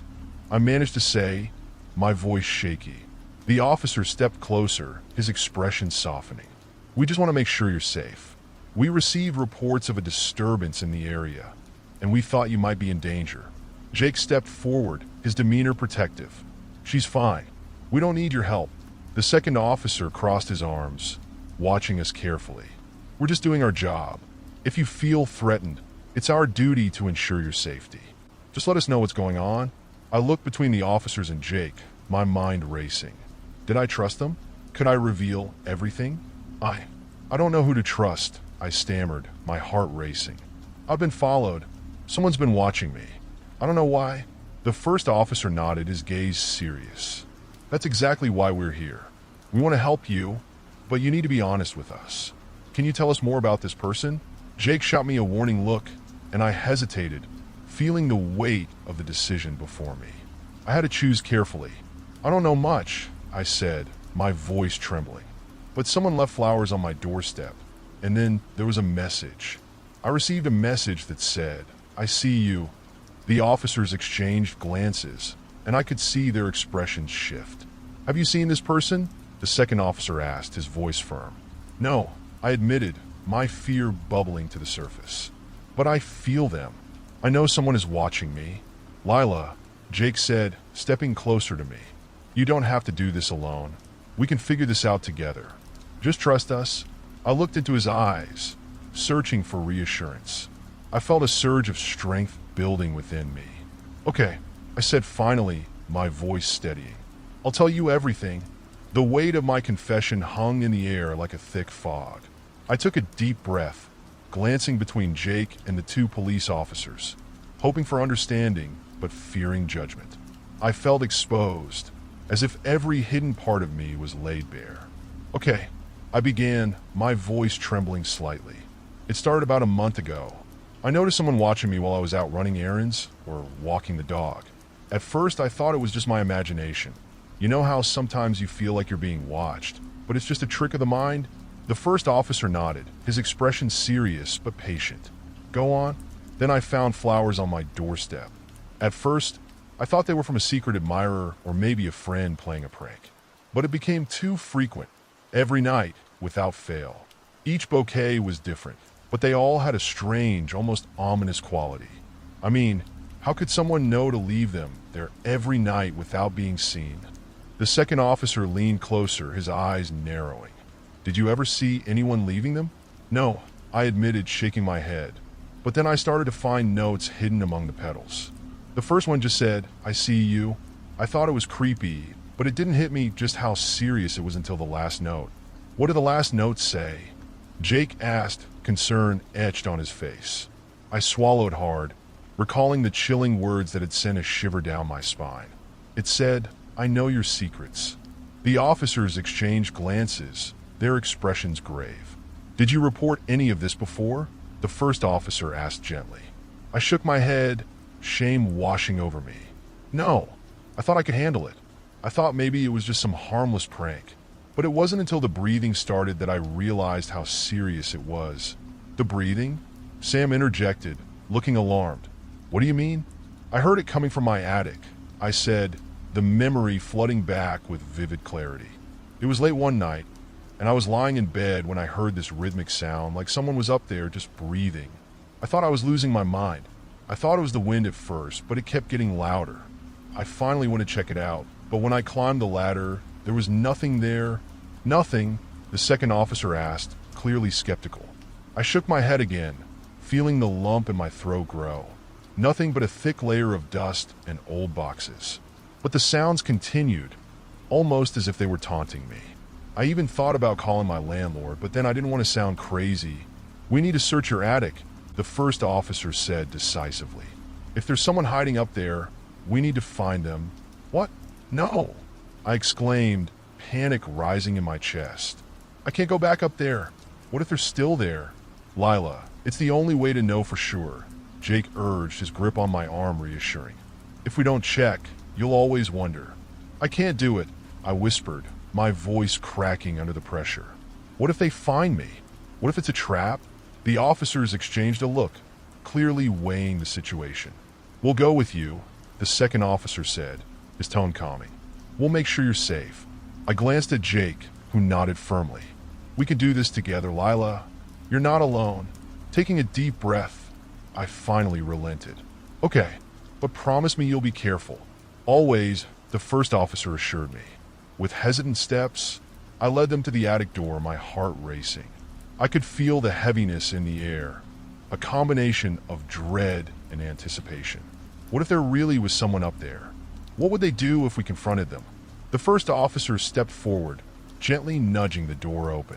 The creaking sound echoed in the silence, sending chills down my spine. Dust motes danced in the light as I flicked on the switch, illuminating the small, cluttered space. The officers climbed the rickety ladder first, ensuring it was safe for me to follow. I lingered behind, my heart pounding, the sounds of our footsteps echoing in the stillness. When I finally stepped into the attic, the air was thick with the scent of old wood and forgotten memories. Boxes were stacked haphazardly, their contents long hidden from view. Is there anything up here? The first officer asked, scanning the dimly lit room. I don't know, I replied, my voice barely above a whisper. I've never really explored it. As we moved deeper into the attic, the officers began to sift through the boxes, their flashlights cutting through the shadows. I felt like a spectator in a nightmare, waiting for something to leap out at me from the darkness. Look over here, the second officer called, his voice tense. He had pulled back a dusty tarp, revealing a small trunk hidden in the corner. My stomach churned as he approached it, unease creeping into my bones. What is it? I asked, my voice shaking. The first officer crouched down, carefully lifting the lid. A faint smell of decay wafted out, and I felt my stomach lurch. We need to see what's inside. As the lid creaked open, I braced myself for whatever horror lay within. The officers exchanged wary glances, and I could feel the tension building. Inside the trunk was a collection of items. Clothes, photographs, and a journal, all yellowed with age. The officers began to sort through the contents, and I felt an overwhelming sense of dread. "What's in the journal?" I asked, my curiosity mingling with fear. The first officer flipped it open, scanning the pages. It looks like someone was documenting their life, or someone else's. He paused, reading a passage aloud. "The watching has begun. I can feel their eyes on me. I must remain hidden." "Hidden?" I echoed, my heart racing. "What does that mean?" "It sounds like someone was keeping tabs on another person," the second officer replied, his brow furrowed. "This could be related to your situation." My breath caught in my throat. "You think this could be the same person who's been following me?" "It's possible," the first officer said, flipping through the pages. "Let's see if we can find a name." As he continued reading, I felt the world around me fade away. My thoughts drifted to the stranger who had been watching me, and I wondered if this journal held the key to understanding my stalker. "What else does it say?" I urged, desperate for answers. The first officer's face paled as he turned another page. It details specific locations and people. He looked up at me, concern etched in his features. "Lila, some of these names match people who have gone missing in this area." A cold chill washed over me as the weight of his words sank in. I staggered back, feeling as if the ground had shifted beneath my feet. "Missing? What do you mean?" "There have been reports of several disappearances over the years," he said, his voice grave. "We'll need to investigate this further." My heart raced as I processed the implications. "You're saying my stalker could be connected to these disappearances?" "It's a possibility we can't ignore," the second officer replied. "We'll need to take this journal with us for further examination." As they carefully closed the trunk, I felt a sense of urgency building within me. "Please, you have to find out who this is. I can't live like this anymore." "We will," the first officer assured me. "But for now, we need to ensure your safety. Let's get you out of here." As we made our way back down the ladder, I couldn't shake the feeling that the shadows were closing in. The attic had felt like a dark portal into a world I couldn't comprehend, and now I was left with more questions than answers. "Where do we go from here?" I asked, glancing between Jake and the officers as we reached the floor below. "We'll set up a surveillance team around your apartment," the first officer said. "We need to ensure that whoever has been watching you doesn't get the chance to do anything further." "And if they come back?" I asked, my voice barely a whisper. "We'll be ready for them," the second officer assured me. "We won't let anything happen to you, Lila. You have our word." I nodded, feeling a glimmer of hope amidst the fear. Just maybe I could reclaim my life. But deep down, I knew the shadows still lingered, waiting for their moment to strike. The following days were a blur of anxiety and anticipation. The police had installed temporary surveillance cameras around my apartment complex and promised to keep a watchful eye on me. Jake stayed over almost every night, providing a comforting presence that eased my fears, even if only a little. Each morning, I woke to the same bright sun spilling through my bedroom window, but the warmth no longer felt inviting. Instead, it felt like a spotlight, illuminating the darkness lurking just outside my perception. I'd find myself peering through the curtains, half expecting to see a shadowy figure standing in the parking lot, waiting, watching. "Are you sure you don't want to talk to someone?" Jake asked one morning as we sat at the kitchen table, eating toast. "A therapist, maybe? You've been through a lot." "I'm okay," I replied, forcing a smile. "Really? I just need to figure out how to feel safe in my own home again." Jake nodded, but his concern was palpable. He reached across the table, taking my hand. "You know I'm here for you. If you ever feel uneasy or think someone's around, just call me. I'll come over, no questions asked." "I know," I said, squeezing his hand. "I appreciate it." Just then, my phone buzzed on the table, and I snatched it up, hoping for a distraction.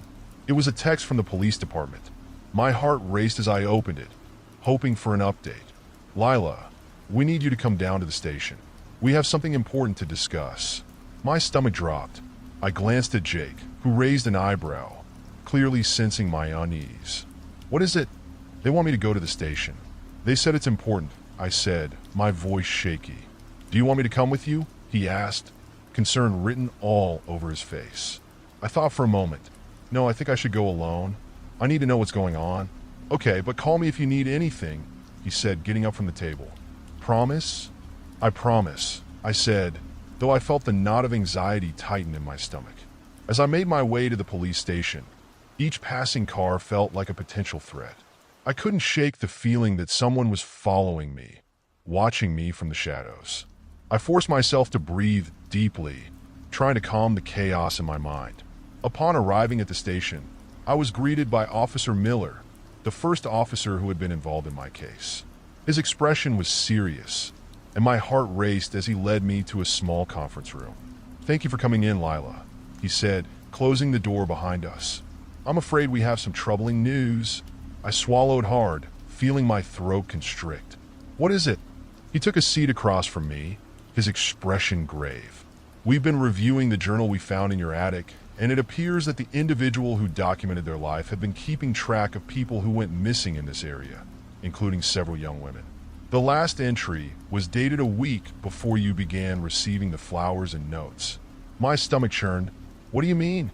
Are you saying my stalker is connected to these disappearances? Possibly, he replied, pinching the bridge of his nose. We're currently investigating this individual's past. But the more alarming part is that the entries also contain detailed observations of the writer's neighbors, including you. Me? I exclaimed, my heart racing. What do you mean? It appears that the writer had been watching you long before you noticed them. Officer Miller explained, his voice low. There are references to your daily routine, places you frequent, and even descriptions of your appearance. A chill ran down my spine. That's horrifying. How could someone do that? We're looking into it, he assured me. But we're concerned that this individual may be more dangerous than we initially thought. We need to keep you safe. Safe? How? I asked, my voice trembling. What are you going to do? We're going to put a more permanent surveillance plan in place, he said, glancing at his notes.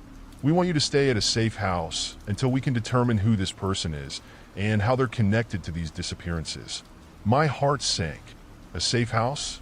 Isn't that a little extreme? It's necessary, Lila. We can't take any chances, especially since we have reason to believe the individual might escalate their actions, he said, his tone firm but compassionate. We'll have officers stationed nearby, and you'll be in a controlled environment until we can ensure your safety. I felt a lump in my throat, my mind racing with the implications. What about my job? My life? I can't just disappear. Your safety comes first, he replied.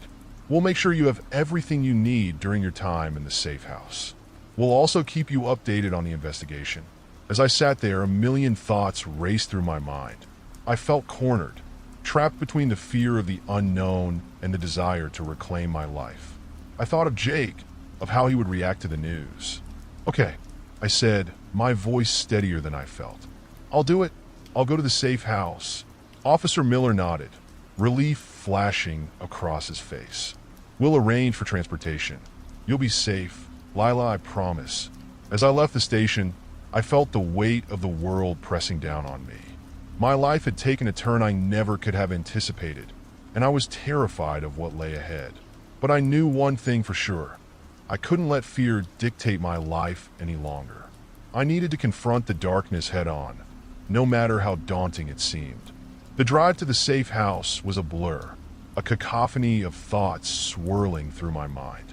I barely registered the scenery as we sped through the familiar streets of my neighborhood, now feeling foreign and tainted by the shadows of my recent experiences. The officer driving me, Officer Ramirez, kept glancing at me in the rearview mirror, concern etched across his face. Do you have someone you can call? He asked, breaking the silence. A friend or family member who can support you? Yeah, my friend Jake. He's been with me through all of this, I replied, my voice shaking slightly. He deserves to know what's happening. Good. We'll make sure to keep him informed, he assured me. The safe house is equipped with everything you need, and there will be officers stationed nearby at all times. As we pulled up to the safe house, a sense of foreboding washed over me. It was an unassuming two-story cottage on the outskirts of town, surrounded by dense trees and nestled away from prying eyes. From the outside, it looked like a quaint, peaceful retreat. but I knew better than to let my guard down. "Stay close to me," Officer Ramirez instructed as we stepped out of the car. I nodded, feeling vulnerable but determined to face whatever lay ahead. The door creaked open, revealing a cozy interior adorned with soft lighting and comfortable furniture. It felt eerily normal, a stark contrast to the turmoil raging in my mind. Officer Ramirez led me inside, explaining the layout. "This will be your bedroom," he said, gesturing toward a door at the end of the hall. "It's equipped with a lock, and you'll have a phone to reach us or anyone else you need. If you feel uneasy at any point, just call." I took a deep breath, trying to calm my racing heart. "Thank you, officer. I appreciate everything you're doing. Just doing my job," he replied, a small smile creeping onto his face. "We'll be here, watching your back." As he stepped out to make some arrangements, I sank onto the bed, the softness enveloping me in a strange comfort. I glanced around the room, taking in the pale blue walls, a small bookshelf lined with novels, and a window that looked out onto the woods. The view was picturesque, but it felt suffocating, like a cage disguised as a sanctuary. I pulled out my phone, my fingers hovering over Jake's contact. I hesitated, unsure of how to convey the gravity of the situation without overwhelming him. But I knew he deserved to know. "Hey, I'm in a safe house. The police found something troubling about the journal in my attic, and they want to keep me safe. I'll explain everything later." I hit send and leaned back against the pillows, staring up at the ceiling. 1,000 questions raced through my mind. Who was watching me? What did they want? And why was I being targeted? A soft knock on the door pulled me from my spiraling thoughts. It was Officer Ramirez again. "Hey, just checking in. You doing okay?" "Yeah, I'm fine," I lied, not wanting to burden him with my anxiety.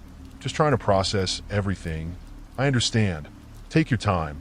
I'll be outside if you need anything." He hesitated for a moment. "And remember, we're here to protect you." I nodded, appreciating his kindness. Once he left, I let out a shaky breath, the weight of the world pressing heavily on my chest. I needed to find a way to regain control over my life. After what felt like an eternity of restless thoughts, my phone buzzed. It was a text from Jake. "I'm here for you, no matter what. Just let me know when you're ready to talk. I miss you." My heart swelled with gratitude. He had always been my rock, and now, more than ever, I needed his unwavering support. I typed back a quick response. "I miss you too. I'll call when I can. Just know I'm safe." As the sun began to set, casting long shadows across the room, I felt a renewed sense of determination. I might be physically isolated in this safe house, but I would not allow fear to dominate my life. I was going to find answers, no matter how daunting the journey. Later that night, the quiet was palpable, broken only by the distant sounds of the forest. I couldn't sleep, my mind racing with possibilities and the haunting realization that someone had been watching me, studying me. My heart pounded in my chest as I thought about how close they had come to invading my life, to becoming more than just a shadow lurking in the periphery. I got out of bed, pacing the small room, my anxiety bubbling to the surface. I couldn't stay confined here, not when I had so many unanswered questions. I needed to understand who was behind this and what they wanted from me. Then a thought struck me. I had access to the journal that Officer Miller mentioned. I could go through it myself, look for clues or patterns that might lead to the person who had been watching me. With newfound resolve, I rummaged through the dresser and found a notebook and pen. I'd take notes, keep track of everything I discovered. I stepped out into the hallway, ensuring that Officer Ramirez was still stationed outside. "I need to look at the journal," I said, my voice steady but urgent. He nodded, his expression serious. "I'll get it for you. Just remember, don't go anywhere alone." Moments later, he returned with the journal, its pages yellowed and worn. I took it from him, my fingers trembling with anticipation. "Thank you," I said, already flipping through the pages, searching for anything that might provide insight into the mind of my stalker. As I began to read, the words began to take shape, a narrative forming in the chaos. My heart raced as I pieced together fragments of the writer's life, the eerie observations that hinted at a deep obsession. The more I read, the more I realized that I was no longer just a passive observer. I was woven into a dark tapestry of someone else's reality. The journal's pages were filled with a mix of erratic thoughts and detailed observations. But one entry stood out to me. It was dated just a week before the first time I noticed the figure outside my window. My heart raced as I scanned the text, the familiar handwriting sending chills down my spine. I've been watching her. She seems to think she's alone, but I see her every day. Her routines are so predictable. She wakes up, makes coffee, and leaves for work at the same time. She talks to her friends, but they don't know the real her. I swallowed hard, the words resonating with an unsettling familiarity. I felt exposed, as if the writer had peeled back the layers of my life, exposing every vulnerable moment. I continued reading, desperate for answers. I wish I could tell her I understand. She hides behind a mask of smiles and laughter, but I see the sadness beneath. I want to protect her, to show her that she's not alone. But I can't let her know I'm here. The realization hit me like a punch to the gut. This wasn't just a random stalker. It was someone who believed they had a connection with me. My heart raced as I grappled with the implications. Who was this person? What did they want? The door creaked open, and Officer Ramirez stepped in, his expression serious. "Everything okay?" he asked, noticing the intensity of my focus on the journal. I nodded, but the words were stuck in my throat. I think I know what kind of person this is," I said slowly, my voice barely above a whisper. "They don't just want to watch me. They believe they're protecting me." "Protecting you?" he echoed, his brow furrowing. "What do you mean?" I turned the journal toward him, pointing at the entries. "Look at this. It's like they see me as some kind of project. They want to be my savior, but they're invading my life in the worst way possible." Officer Ramirez leaned in, scanning the pages. "This is troubling. We need to take this seriously. Have you seen any familiar names or locations mentioned?" I shook my head, frustration bubbling within me. "No, but they've been following my routines and they know everything about me. It's like they've turned my life into some kind of twisted game." He took a deep breath, looking thoughtful. "We need to get this to the detectives. They might have more resources to track down this person. In the meantime, let's go over your routines and see if there are any patterns we can disrupt." I nodded, grateful for his support. I haven't really changed much since this started. I still go to work, meet friends. I thought that if I lived my life normally, they would go away. But it seems like that only encouraged them. "Let's make a list," he said, pulling out his notepad. "We'll figure out your daily schedule, and we'll see if there are any specific times when you feel more uneasy." I took a deep breath, recalling the moments that had felt most invasive. I leave for work around 8 a.m., but I've noticed strange things happening at home, like doors creaking or things moving when I'm alone. "Okay, so that's one part of your routine," he noted. "And what about evenings? Any significant activities?" "Mostly just unwinding at home. Sometimes I go for a jog in the evening, but I've stopped it since I started seeing the figure." My voice trembled slightly as I thought of the dark figure that had invaded my life. "Right? No more jogging alone. And if you do go out, we'll arrange for someone to accompany you." He looked serious. "I'm going to contact the detectives and let them know we've made some progress here." As he left the room, I felt a surge of adrenaline. I was tired of feeling like a victim. I needed to take charge of my life, to confront whatever nightmare was lurking in the shadows. The journal was a glimpse into a mind that had become dangerously obsessed with me, and I couldn't ignore it any longer. With renewed purpose, I rifled through the pages again, looking for anything, any clue that could lead me to the identity of my stalker. But as I read through the entries, a sense of dread began to creep in. The observations were intimate, almost poetic, yet they painted a portrait of someone unhinged. "I see her fear. I want to take it away. She'll understand soon." What did that mean? Was my stalker planning to reveal themselves? The uncertainty gnawed at me, but I pushed it aside. I needed to focus. Hours passed, the shadows outside deepening into night. I continued reading, scribbling notes, and piecing together any information that might help. I could hear distant voices outside, officers patrolling the area, ensuring my safety, but it felt strangely suffocating within the walls of this safe house. Finally, After what felt like an eternity, Officer Ramirez returned. The detectives are on their way. They want to go over everything you found. We'll keep this safe house secure until we can track down your stalker. Thank you, I said, feeling a mix of gratitude and fear. I needed to be strong, but the idea of someone watching my every move was still paralyzing. You're doing great. Remember, you're not alone in this, he assured me. As I prepared to meet with the detectives, a sudden thought struck me. Officer, do you think I could do some research myself? Maybe see if there are any other cases similar to mine? If this person has a pattern, maybe I can uncover something. He hesitated but then nodded. That's a good idea. I'll arrange for you to access some resources online. Just promise me you'll keep the door locked, and let us know if you see or hear anything unusual. I agreed, my heart racing at the prospect of taking control of my own narrative. As the detectives arrived, I felt a surge of determination. I would face whatever darkness awaited me, and I wouldn't back down. The journal's pages were filled with a mix of erratic thoughts and detailed observations, but one entry stood out to me. It was dated just a week before the first time I noticed the figure outside my window. My heart raced as I scanned the text, the familiar handwriting sending chills down my spine. I've been watching her. She seems to think she's alone, but I see her every day. Her routines are so predictable. She wakes up, makes coffee, and leaves for work at the same time. She talks to her friends, but they don't know the real her. I swallowed hard, the words resonating with an unsettling familiarity. I felt exposed, as if the writer had peeled back the layers of my life, exposing every vulnerable moment. I continued reading, desperate for answers. I wish I could tell her I understand.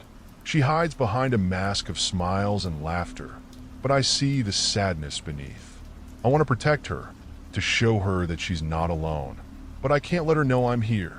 The realization hit me like a punch to the gut. This wasn't just a random stalker. It was someone who believed they had a connection with me. My heart raced as I grappled with the implications. Who was this person? What did they want? The door creaked open, and Officer Ramirez stepped in, his expression serious.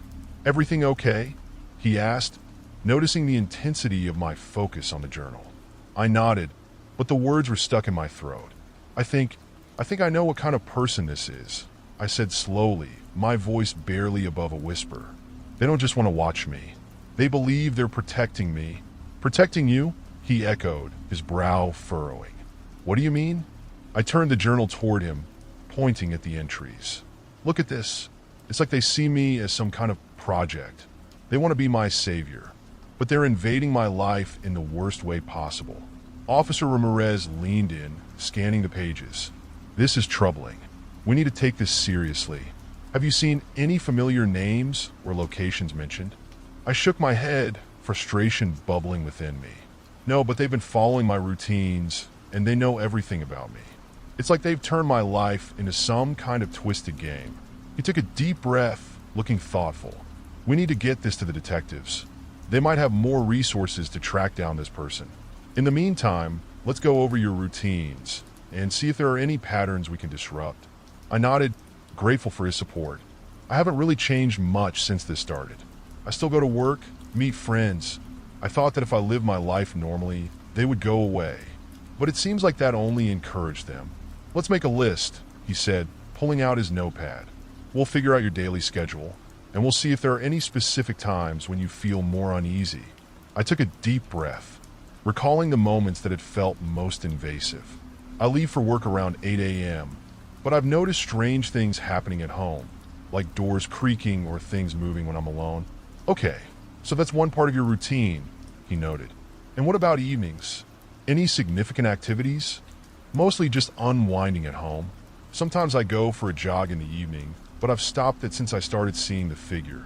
My voice trembled slightly as I thought of the dark figure that had invaded my life. Right? No more jogging alone. And if you do go out, we'll arrange for someone to accompany you. He looked serious. I'm going to contact the detectives and let them know we've made some progress here. As he left the room, I felt a surge of adrenaline. I was tired of feeling like a victim. I needed to take charge of my life, to confront whatever nightmare was lurking in the shadows. The journal was a glimpse into a mind that had become dangerously obsessed with me, and I couldn't ignore it any longer. With renewed purpose, I rifled through the pages again, looking for anything, any clue that could lead me to the identity of my stalker. But as I read through the entries, a sense of dread began to creep in. The observations were intimate, almost poetic, yet they painted a portrait of someone unhinged. I see her fear. I want to take it away. She'll understand soon. What did that mean? Was my stalker planning to reveal themselves? The uncertainty gnawed at me, but I pushed it aside. I needed to focus. Hours passed, the shadows outside deepening into night. I continued reading, scribbling notes, and piecing together any information that might help. I could hear distant voices outside, officers patrolling the area, ensuring my safety, but it felt strangely suffocating within the walls of this safe house. Finally, after what felt like an eternity, Officer Ramirez returned. The detectives are on their way. They want to go over everything you've found. We'll keep this safe house secure until we can track down your stalker. Thank you, I said, feeling a mix of gratitude and fear. I needed to be strong, but the idea of someone watching my every move was still paralyzing. You're doing great. Remember, you're not alone in this, he assured me. As I prepared to meet with the detectives, a sudden thought struck me. Officer, do you think I could do some research myself? Maybe see if there are any other cases similar to mine? If this person has a pattern, maybe I can uncover something. He hesitated but then nodded. That's a good idea. I'll arrange for you to access some resources online. Just promise me you'll keep the door locked and let us know if you see or hear anything unusual. I agreed, my heart racing at the prospect of taking control of my own narrative. As the detectives arrived, I felt a surge of determination. I would face whatever darkness awaited me, and I wouldn't back down. If you like the story, don't forget to subscribe, and like the video, let's begin the next story. The morning began like any other. I woke up to the soft rays of sunlight streaming through the thin curtains of my bedroom. It was a Sunday, and for the first time in weeks, I didn't have to rush out for work. I stretched and yawned, relishing the feeling of a rare day off. The scent of fresh coffee wafted from the kitchen, courtesy of my partner Lily, who always woke up before me to brew a pot. As I stepped into the bathroom, I absent-mindedly wiped the sleep from my eyes. The small space was dimly lit, with a single bulb flickering overhead. I glanced at the mirror, ready to brush my teeth and prepare for a leisurely day. But as I leaned closer, my heart sank into my stomach. Scrawled across the mirror in what looked like dark, dripping letters were the words, "I'm watching you." Panic surged through me. I blinked rapidly, thinking my eyes were deceiving me. But no matter how hard I tried to shake it off, the message remained. My breath hitched in my throat as I backed away, feeling the chill of fear creep up my spine. The mirror reflected my wide eyes, and for a fleeting moment, I felt a presence behind me. I turned sharply, but the bathroom was empty. Just me, the flickering light, and that ominous message. "Lily," I called out, my voice trembling. "You need to see this." A few moments later, she appeared at the bathroom door, rubbing the sleep from her eyes. "What's wrong?" "Look." I pointed towards the mirror, my finger trembling. "What do you see?" Lily stepped in and squinted at the reflection. As her eyes landed on the words, her expression shifted from confusion to concern. "What the hell is that?" she asked, taking a step back. "I don't know. I found it like this," I exclaimed, a sense of urgency in my voice. "I didn't write it. I swear." Lily's brow furrowed as she studied the message, her eyes darting back to me. "You're sure? It looks like it was written recently." I nodded vigorously. "I just woke up. I didn't even notice it until I was about to brush my teeth." She reached out to touch the mirror, her fingers trailing through the moisture of the letters. "It's still wet. Someone had to have done this while we were asleep." A shiver ran down my spine at the thought. The idea of someone entering our home, especially while we were both there, made me feel nauseous. We were always so careful about locking the doors at night. "Maybe it's just a prank," Lily suggested, though her voice lacked conviction. "It could be someone from the neighborhood trying to scare us. Or it could be something much worse," I countered, the weight of dread settling heavily in my chest. We need to call the police. Lily hesitated, glancing between the message and me. Do you really think that's necessary? Absolutely, I replied, my voice sharper than intended. Someone could be watching us, and this isn't just a joke. It's creepy. As I pulled out my phone, I couldn't shake the feeling that we weren't alone in the house. A cold draft swept through the room, causing the hair on my arms to stand on end. I felt a sense of unease wash over me, making it difficult to focus on dialing the numbers. Are you okay? Lily asked, concern etched on her face. You look pale. I'm fine, I lied, trying to ignore the racing thoughts in my head. I just need to report this. As the police operator answered, I could hear the faint sound of the wind outside. But mixed with that was something else, a whispering sound, almost like breathing, that seemed to be coming from behind the bathroom door. I glanced at Lily, and we shared a moment of silent dread. Did you hear that? I whispered. Hear what? She asked, her brow knitted in confusion. That noise, I stammered, my heart racing. It's like someone's breathing. Just as I finished my sentence, the light bulb above us flickered violently before going out completely, plunging us into darkness. In the sudden darkness, my heart raced even faster, each beat echoing loudly in my ears. I fumbled for the light switch, but my fingers were shaking so much that I couldn't find it. Panic threatened to overtake me, but I forced myself to breathe deeply, reminding myself to stay calm. Lily, are you okay? I finally managed to whisper, trying to keep my voice steady despite the fear gripping me. I'm fine, she said, though her voice trembled slightly. But we need to get out of here. With that, she instinctively grabbed my hand, and we moved cautiously towards the bathroom door. The oppressive darkness seemed to wrap around us like a thick fog, making every step feel heavy and uncertain. I could still hear that strange whispering sound, and it seemed to grow louder the closer we got to the door. Suddenly, a faint glimmer of light flickered outside the bathroom, illuminating the hallway beyond. It was the light from our living room, but something fell off. Shadows danced along the walls, and I couldn't shake the feeling that they were shifting unnaturally, as if they were alive. Do you see that? I asked, my voice barely above a whisper. What's happening? Just keep moving, Lily urged, pulling me toward the door. We need to get to safety. As we stepped out of the bathroom, the light flickered again, casting eerie shapes across the walls. I squinted into the living room, and that's when I saw it, a figure standing by the front window, cloaked in shadow. Who's there? I shouted, my voice breaking as I instinctively stepped back, pulling Lily with me. The figure didn't respond. Instead, it remained still, just beyond the edge of the light. My pulse quickened as the reality of the situation set in.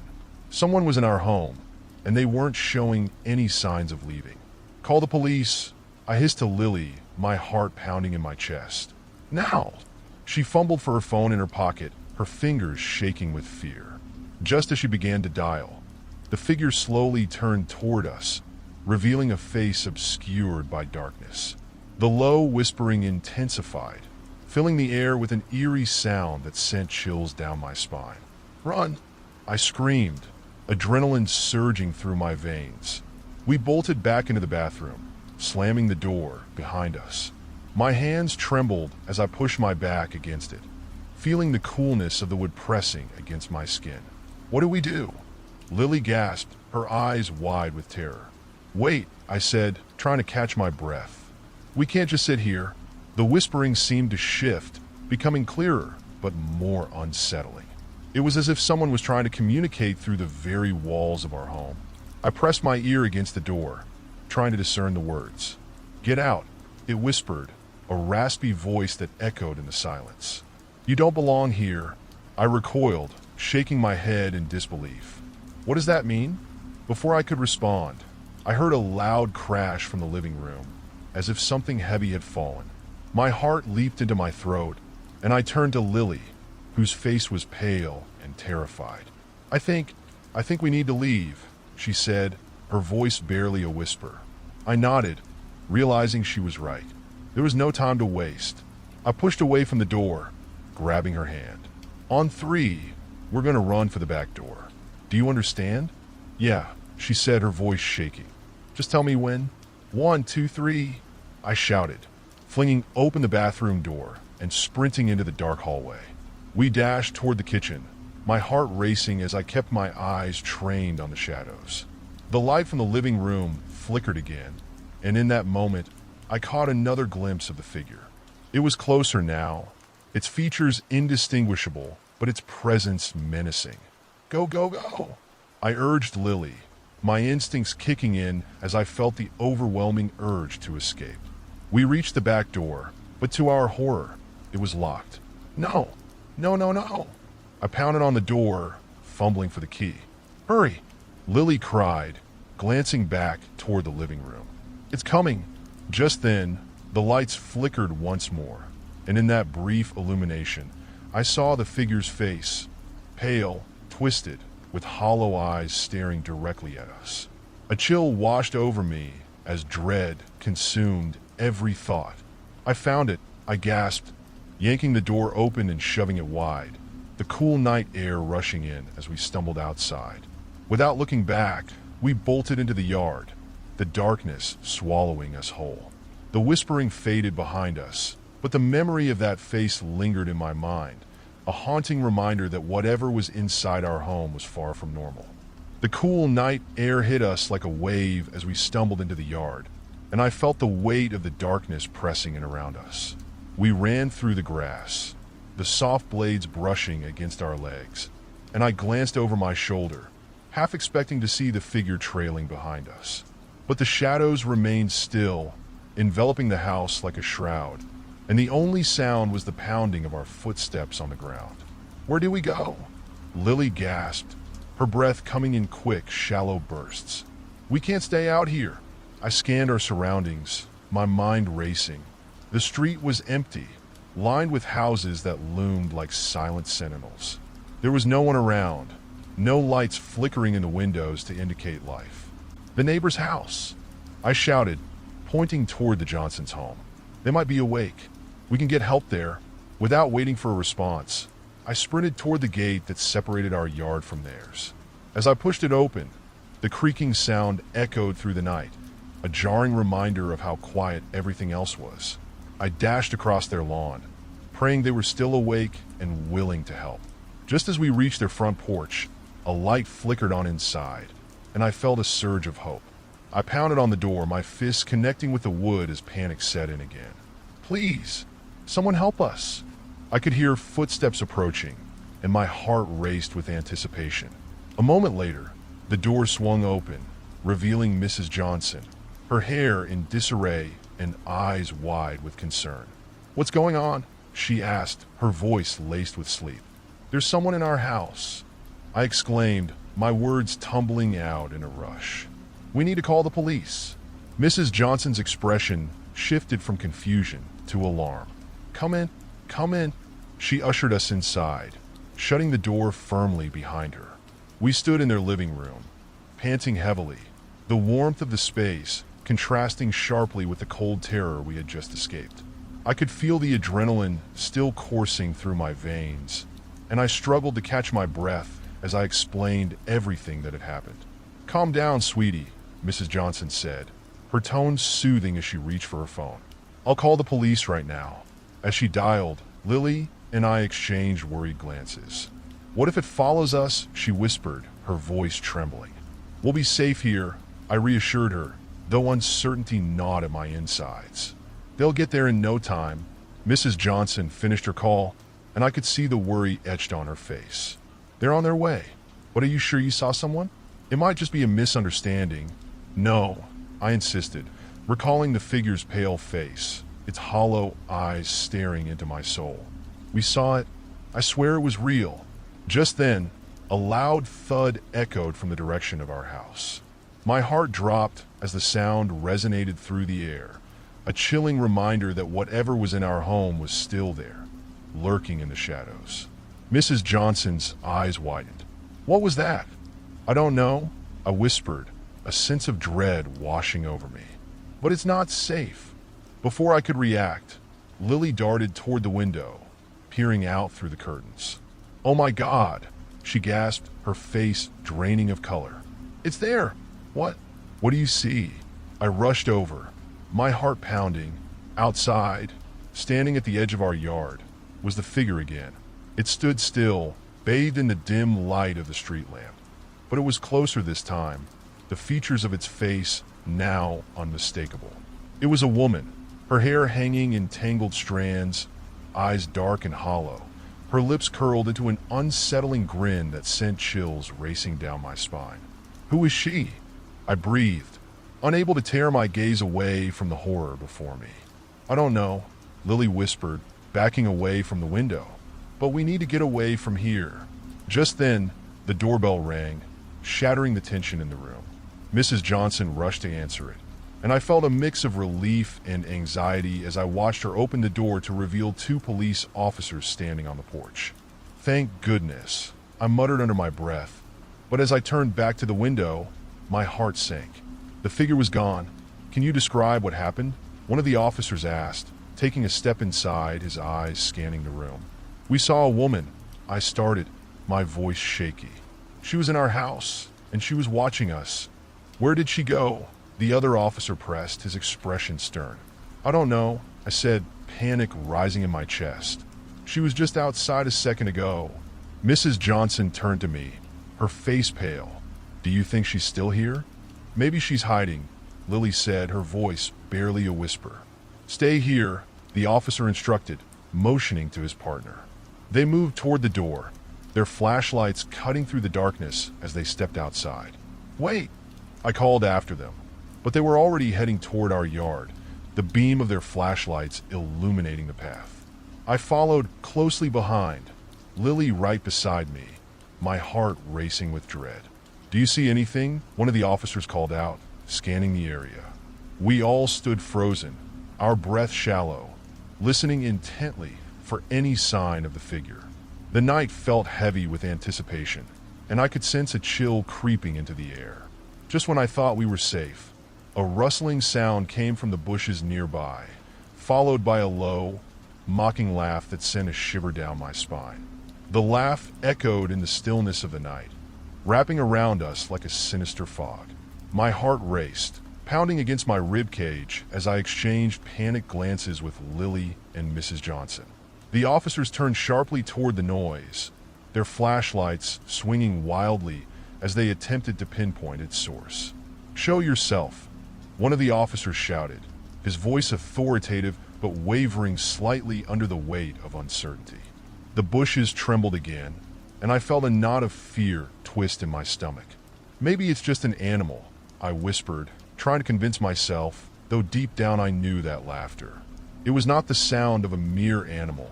It was human, taunting us in the dark.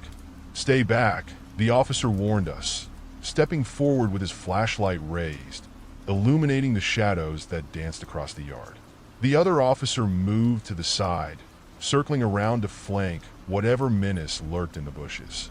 Just then, a figure bolted from the darkness, darting across the yard toward the tree line.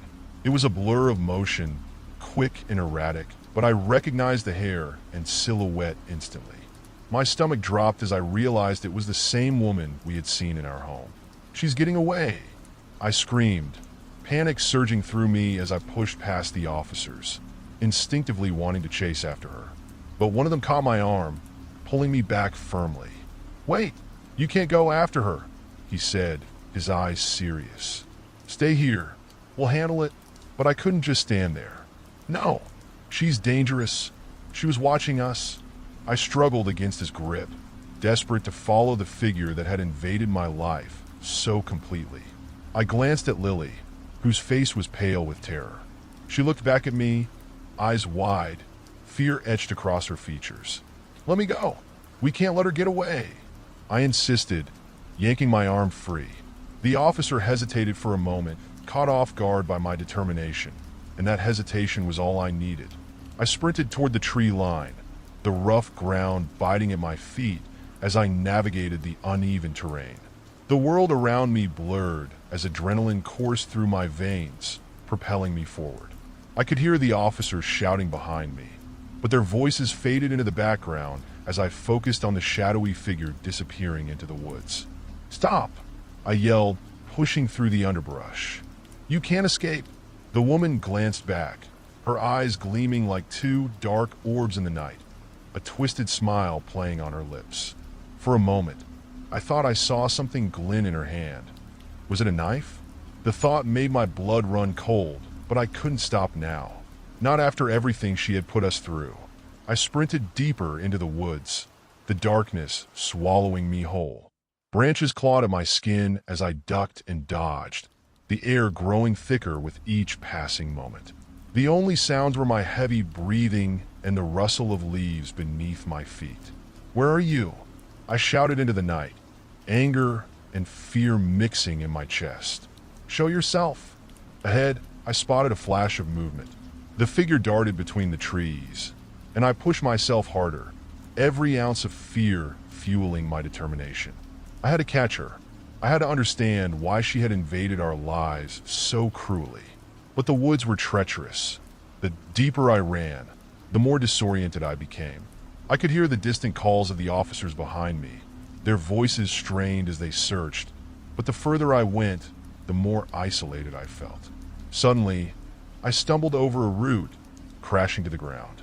Pain shot through my ankle as I struggled to push myself back up, but when I glanced around, the figure was gone. I was alone in the woods, and the haunting quiet settled in around me. "Lily," I called out, panic creeping into my voice. "Mrs. Johnson." Silence answered me. I stood there for a moment, heart pounding, trying to gather my thoughts. Had I lost them? Had the figure somehow led me astray? The woods felt alive with whispers, shadows shifting around me, and I shivered, suddenly aware of how vulnerable I was out here alone. The fear of being watched crept back in, and I could feel it again, eyes upon me, lurking just out of sight. I turned slowly, searching the trees for any sign of movement, any clue as to where the woman had gone. The world felt ominous, and the shadows seemed to breathe, wrapping around me like a predator stalking its prey. I took a deep breath, trying to steady myself, when I heard it, the sound of footsteps, soft and deliberate, approaching from behind. I whipped around, adrenaline surging through me as I readied myself for a confrontation. But the figure didn't reveal itself. Instead, the footsteps halted, and the woods fell eerily quiet once more. "Is anyone there?" I called out, my voice trembling. "Please, I just want to go home." A soft giggle echoed through the trees, the same unsettling laugh that had sent chills down my spine before. My blood ran cold.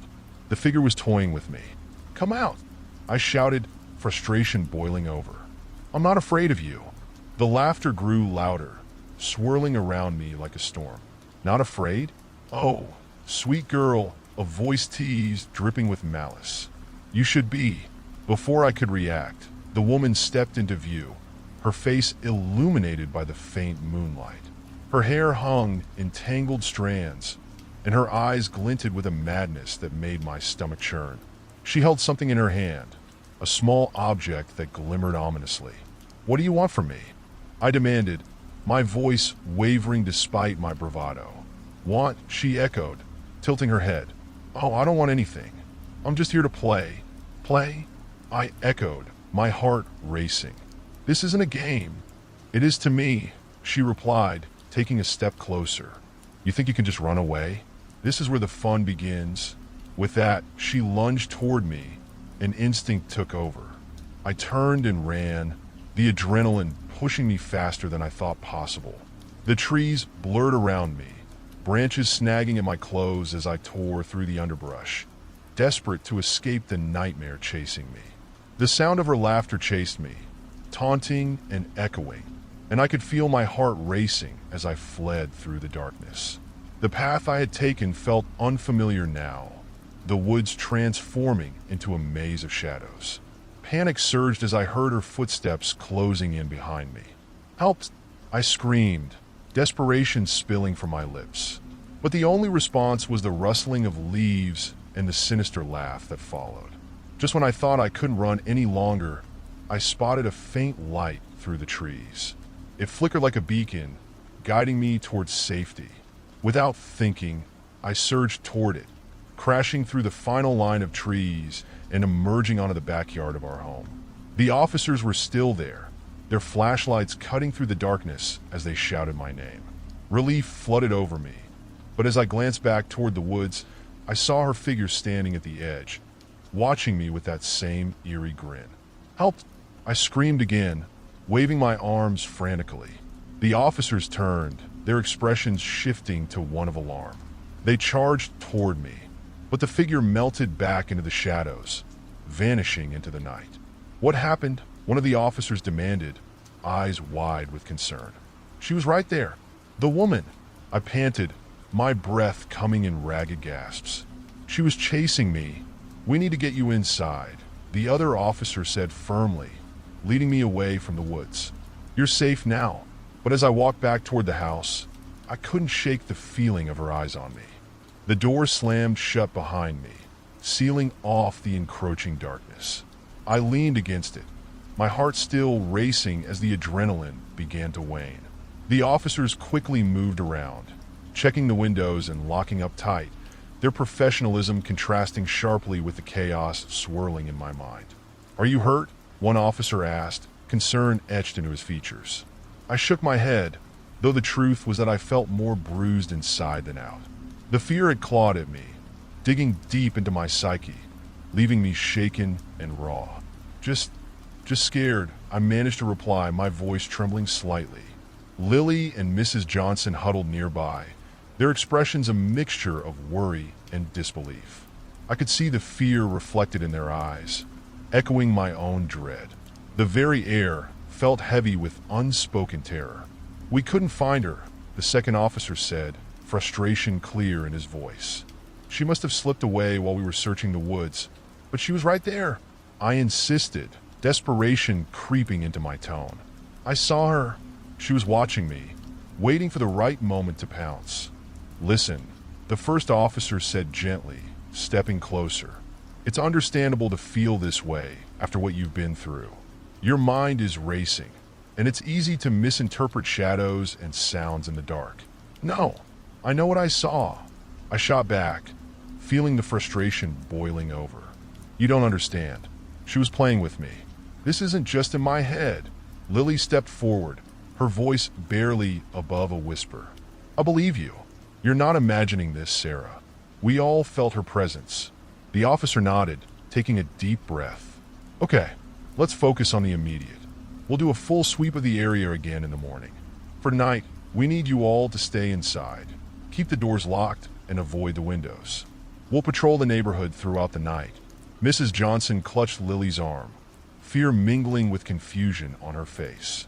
"What does she want? Why is she doing this?" I sank into the nearest chair, rubbing my temples as if that would somehow alleviate the tension gripping my mind. "I don't know. It's like she's obsessed with me." The officers exchanged glances, and one of them took a seat across from me. "Have you had any prior encounters with this woman? Anyone you think could be stalking you?" "Not that I know of," I admitted, shaking my head. "I mean, there was a time when I felt someone watching me from outside, but I brushed it off. I didn't think it could be something like this."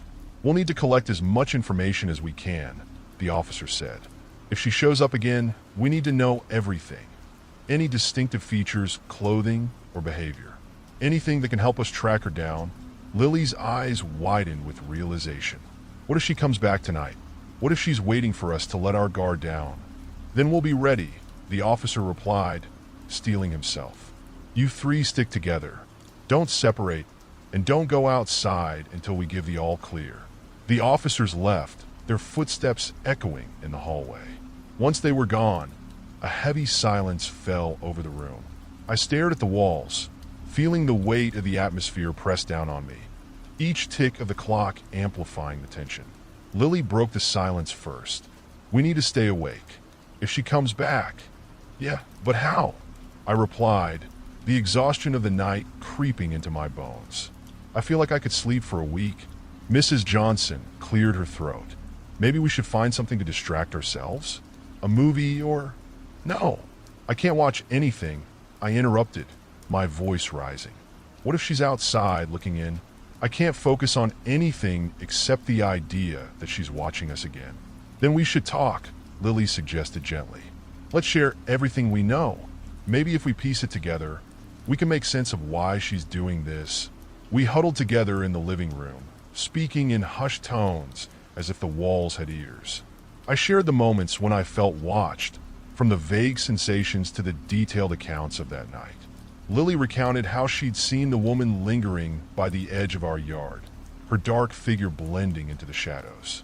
Mrs. Johnson recounted her own encounters, detailing the strange sounds she heard at night, attributing them to creaks and shifts of the old house. As the hours dragged on, we shared stories about our lives, trying to reclaim some sense of normalcy. I talked about my childhood, the adventures I had in the woods, and the sense of safety I used to feel. Lily chimed in with her own memories, laughter bubbling up between moments of fear. But even as we talked, a sense of foreboding hung in the air, a cloud of anxiety that refused to dissipate. Then, as dawn approached and the first light began to creep through the windows, I felt it again. That unsettling sensation, the feeling of being watched. Do you guys feel that? I asked, my voice low. It's like someone's here. Stop, Lily said, glancing nervously toward the window. You're just tired. It's probably just your imagination. No, I insisted, my heart racing again. I swear I can feel it. It's like someone's breathing right behind me. Mrs. Johnson stood abruptly, her face pale. I'll check the windows. Before I could stop her, she moved toward the curtain. I could only watch, my heart pounding, fear building in my chest.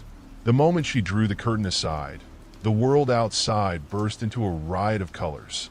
Green leaves shimmering in the dawn light, the soft chirping of birds breaking the morning stillness.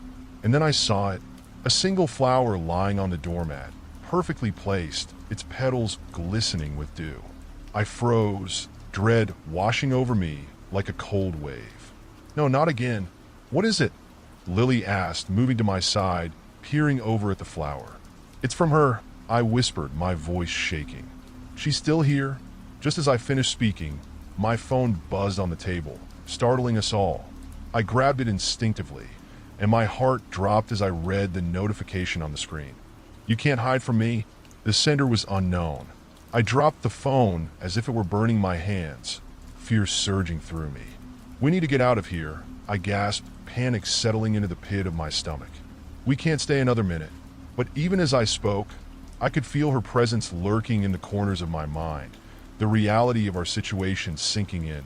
She wasn't done with us yet. Panic surged through me like a tidal wave, swallowing every rational thought. The flower lying innocently on the doormat was a haunting reminder that the woman was still out there, toying with us, watching our every move. My heart raced as the implications settled in. She could be anywhere. Sarah, calm down, Lily said, her voice steady but laced with concern. We need to think this through. Running won't help if she's already here.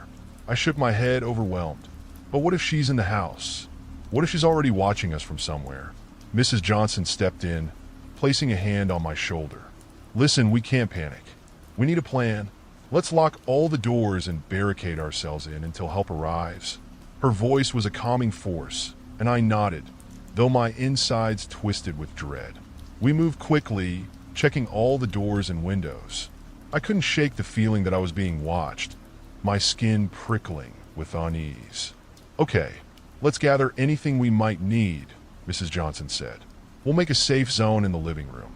We can keep an eye on the front door and the windows from there. With shaky hands, I grabbed my phone, a flashlight, and a few snacks from the kitchen. As I looked out the window, the street seemed deceptively peaceful, the morning sun casting a warm glow over everything. But that brightness felt foreign, as if it were mocking me. Lily joined me, her eyes darting nervously to the flower on the mat. We should move it, she whispered. What if it's some sort of message? A warning?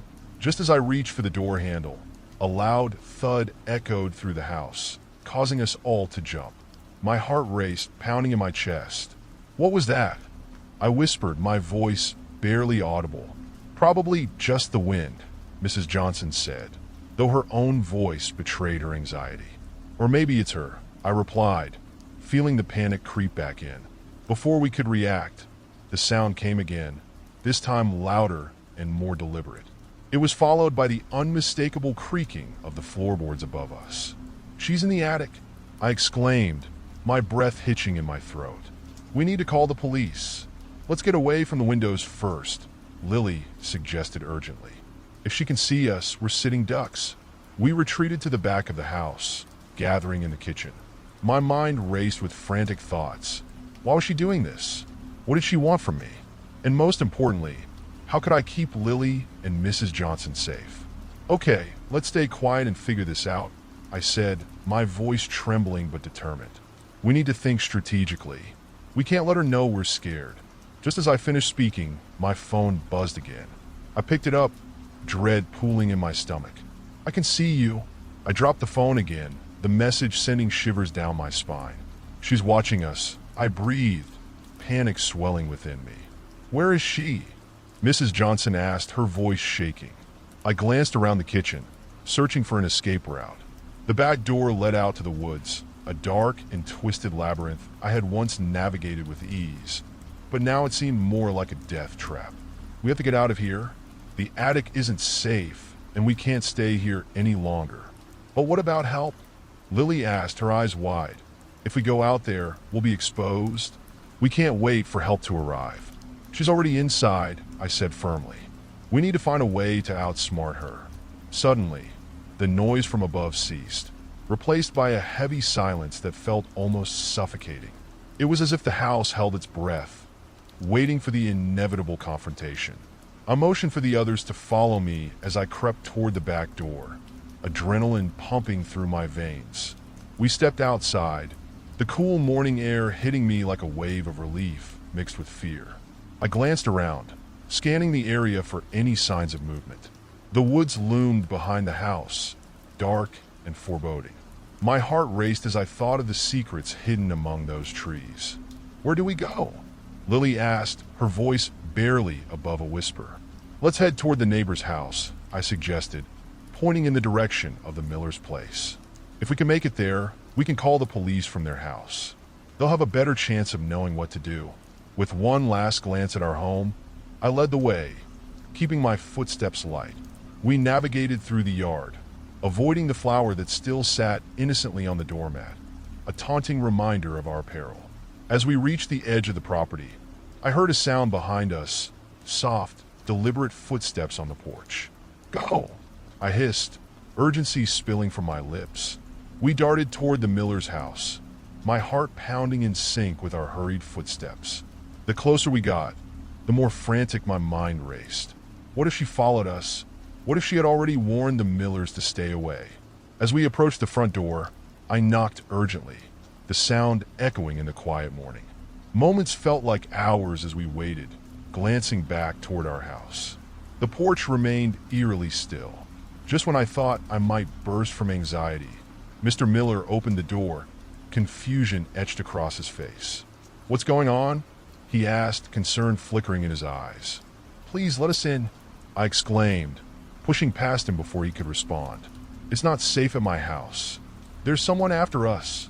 Lily and Mrs. Johnson followed, breathless and wide-eyed. Mr. Miller quickly closed the door, locking it tight behind us. "What do you mean someone is after you?" he asked, glancing from me to the others. "You all look terrified." I took a deep breath, trying to steady myself. "There's a woman. She's been watching me, leaving flowers, and now we think she's in our house." "Your house?" Mr. Miller repeated, disbelief flickering in his eyes. "Yes, we need to call the police. Please, we need help." Just then, the power flickered, plunging the room into semi-darkness. Panic surged through me again, and I glanced at the windows, my breath quickening. "We have to do it now," I urged, "before it's too late." Mr. Miller nodded, rushing to grab his phone from the kitchen. I felt a wave of relief wash over me. At least we had made it here. But as I watched him dial, a nagging feeling crept over me. The moment of safety we thought we had was fraying at the edges. Something felt off, almost too perfect, and the realization hit me like a cold splash of water. The sound of footsteps echoed behind us, deliberate and slow. As the heavy footsteps echoed closer, a chill ran down my spine. It was the unmistakable sound of someone approaching, each step filled with intent. I turned to face Mr. Miller, my heart racing. "Did you hear that?" He paused, phone in hand, eyes wide. Before he could finish, the front door rattled violently, as if someone was trying to force their way in. The sound sent a jolt of terror through me. "Lock all the doors!" I shouted, my voice shaking as I raced toward the nearest window, my heart hammering in my chest. I peered outside, half expecting to see the woman standing there, a sinister smile on her face. But the yard was empty, cloaked in an unsettling stillness that only heightened my dread. "Sarah, we need to get away from the windows," Lily urged, pulling me back as she pressed against the wall. Mrs. Johnson stood next to her, a mix of fear and determination etched on her face. Mr. Miller hurriedly locked the door, then moved to the back windows, checking the locks there as well. "What the hell is going on?" he whispered, glancing between us. "You're saying there's someone after you?" "There's a woman," I explained, my voice trembling. "She's been watching me, leaving flowers at my house. We think she followed us here." Just then, the power flickered again, and the room was plunged into darkness, the only light coming from the sliver of daylight streaming through the curtains. The atmosphere felt oppressive, the air thick with tension. I could hear my own heartbeat, a frantic rhythm that echoed in the silence. "Stay close," Mr. Miller said, his voice steady. "We'll wait for the police." But as the moments stretched on, an uncomfortable realization settled in. The oppressive darkness felt alive, as if it was hiding something or someone. I could almost feel eyes watching us from the shadows. "Is there a way to get out through the back?" Lily asked, her voice barely a whisper. "If she's here, we might need to escape." "No," Mr. Miller replied firmly. "We need to stay put. It's not safe to go out there." But I couldn't shake the feeling of being watched, the air heavy with unease. I took a deep breath, trying to calm my racing heart. "We need to do something," I said. "We can't just sit here." Suddenly, a loud crash echoed from the kitchen, the sound of something shattering against the floor. We all jumped, instinctively huddling together. "What was that?" Mrs. Johnson gasped, her face pale. "Stay here," Mr. Miller said, his voice low but authoritative. He slowly moved toward the kitchen, his steps cautious. "I'll check it out." "No, don't go alone," I protested, but he waved me off, already disappearing into the shadows of the hallway. "Keep your phone ready," he called back, his voice fading into the darkness. "If something happens, you need to call for help." As I stood there, panic surged again. I glanced at Lily and Mrs. Johnson, their eyes wide with fear. "What if she's already inside?" I whispered. "What if she's waiting for him?" My breath quickened as I thought of the last few weeks. The flowers, the feeling of being watched, the sense of dread that had wrapped around me like a vice. It all led to this moment, and now we were trapped in someone else's nightmare. The seconds ticked by painfully slow. The kitchen remained silent, the absence of noise more terrifying than any sound. "Maybe we should check on him," Lily suggested, her voice shaking. "Are you crazy?" He said to stay here. I shot back, the desperation rising in me. But then I heard it, a faint rustle, a whispering sound. My heart raced. "Did you hear that?" I breathed. Before either of them could respond, a loud crash came from the kitchen, followed by a series of rapid footsteps. I instinctively moved toward the hallway, my heart pounding, but Lily grabbed my arm. "No, Sarah, we have to wait." I shook her off, adrenaline pumping through my veins. "We can't just stand here." We crept down the hallway, the dim light revealing the remnants of what once was a safe space. As we reached the doorway to the kitchen, I stopped, peering around the corner. The scene that met my eyes sent a shiver down my spine. The kitchen was in disarray, chairs overturned and dishes scattered across the floor. But worse than the chaos was the figure standing in the center of the room. It was a woman, her back to us, her long hair cascading down like a dark veil. She was rifling through the cabinets, her movements frantic yet calculated, as if she were searching for something specific. "Who are you?" I called, my voice barely above a whisper. The woman paused, her shoulders stiffening. "Get away from her," Mr. Miller shouted, emerging from the shadows behind her, his voice commanding. The woman turned slowly, and the moment our eyes met, an icy chill enveloped me. Her face was a mask of intensity, her eyes hollow and piercing. There was a familiarity to her, a twisted sense of recognition that sent terror coursing through my veins. "Why did you take it?" she hissed, her voice low and filled with a manic edge. "You have something that belongs to me. What are you talking about?" I managed to stammer, confusion flooding my mind. The woman took a step closer, and I instinctively backed away, bumping into Lily, who held my arm tightly. "You think you can just take things that aren't yours?" She spat, anger bubbling beneath her calm facade. "You don't even know what you've done. Please, just tell us what you want," I pleaded, my voice trembling. "We didn't take anything from you. You took the flowers," she shrieked, her voice rising in pitch. "You're the reason I can't have it back. You don't understand what you've done." My heart raced as I glanced at Lily and Mrs. Johnson, their faces mirroring my own horror. "What flowers?" I asked, my voice shaky. "We didn't know they meant anything to you." The woman's eyes flared with rage. "You don't get it, do you? The flowers are a warning. They're a sign." "What sign?" I asked, my voice rising. But before she could respond, Mr. Miller lunged forward, trying to grab her arm. "Get away from her," he shouted, but the woman twisted away, her movements swift and agile. She darted past him, heading for the back door. In that instant, everything moved in slow motion. I watched in disbelief as she reached the door and threw it open, disappearing into the night. "Stop!" I yelled, but it was too late. The door slammed shut behind her. "Call the police!" Mr. Miller barked, turning to us, his eyes wide with shock. "We need to report this." Lily hurried to grab her phone, and I followed suit, my heart racing. As the sirens wailed in the distance, I felt a mix of relief and dread wash over me. The woman was gone, but the threat still loomed large in my mind. As we stood there in the chaos, I realized that this was far from over. The flowers, the warnings, they were just the beginning.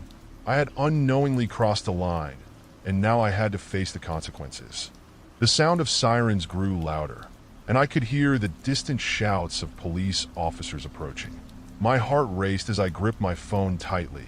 The screen illuminated the dark kitchen with a pale glow. The adrenaline coursing through my veins started to fade, leaving behind a heavy weight of dread and confusion. "Are you okay?" Lily asked, her voice trembling. She looked pale, her eyes wide with fear. "What just happened?" "I don't know," I admitted, glancing back toward the now closed door.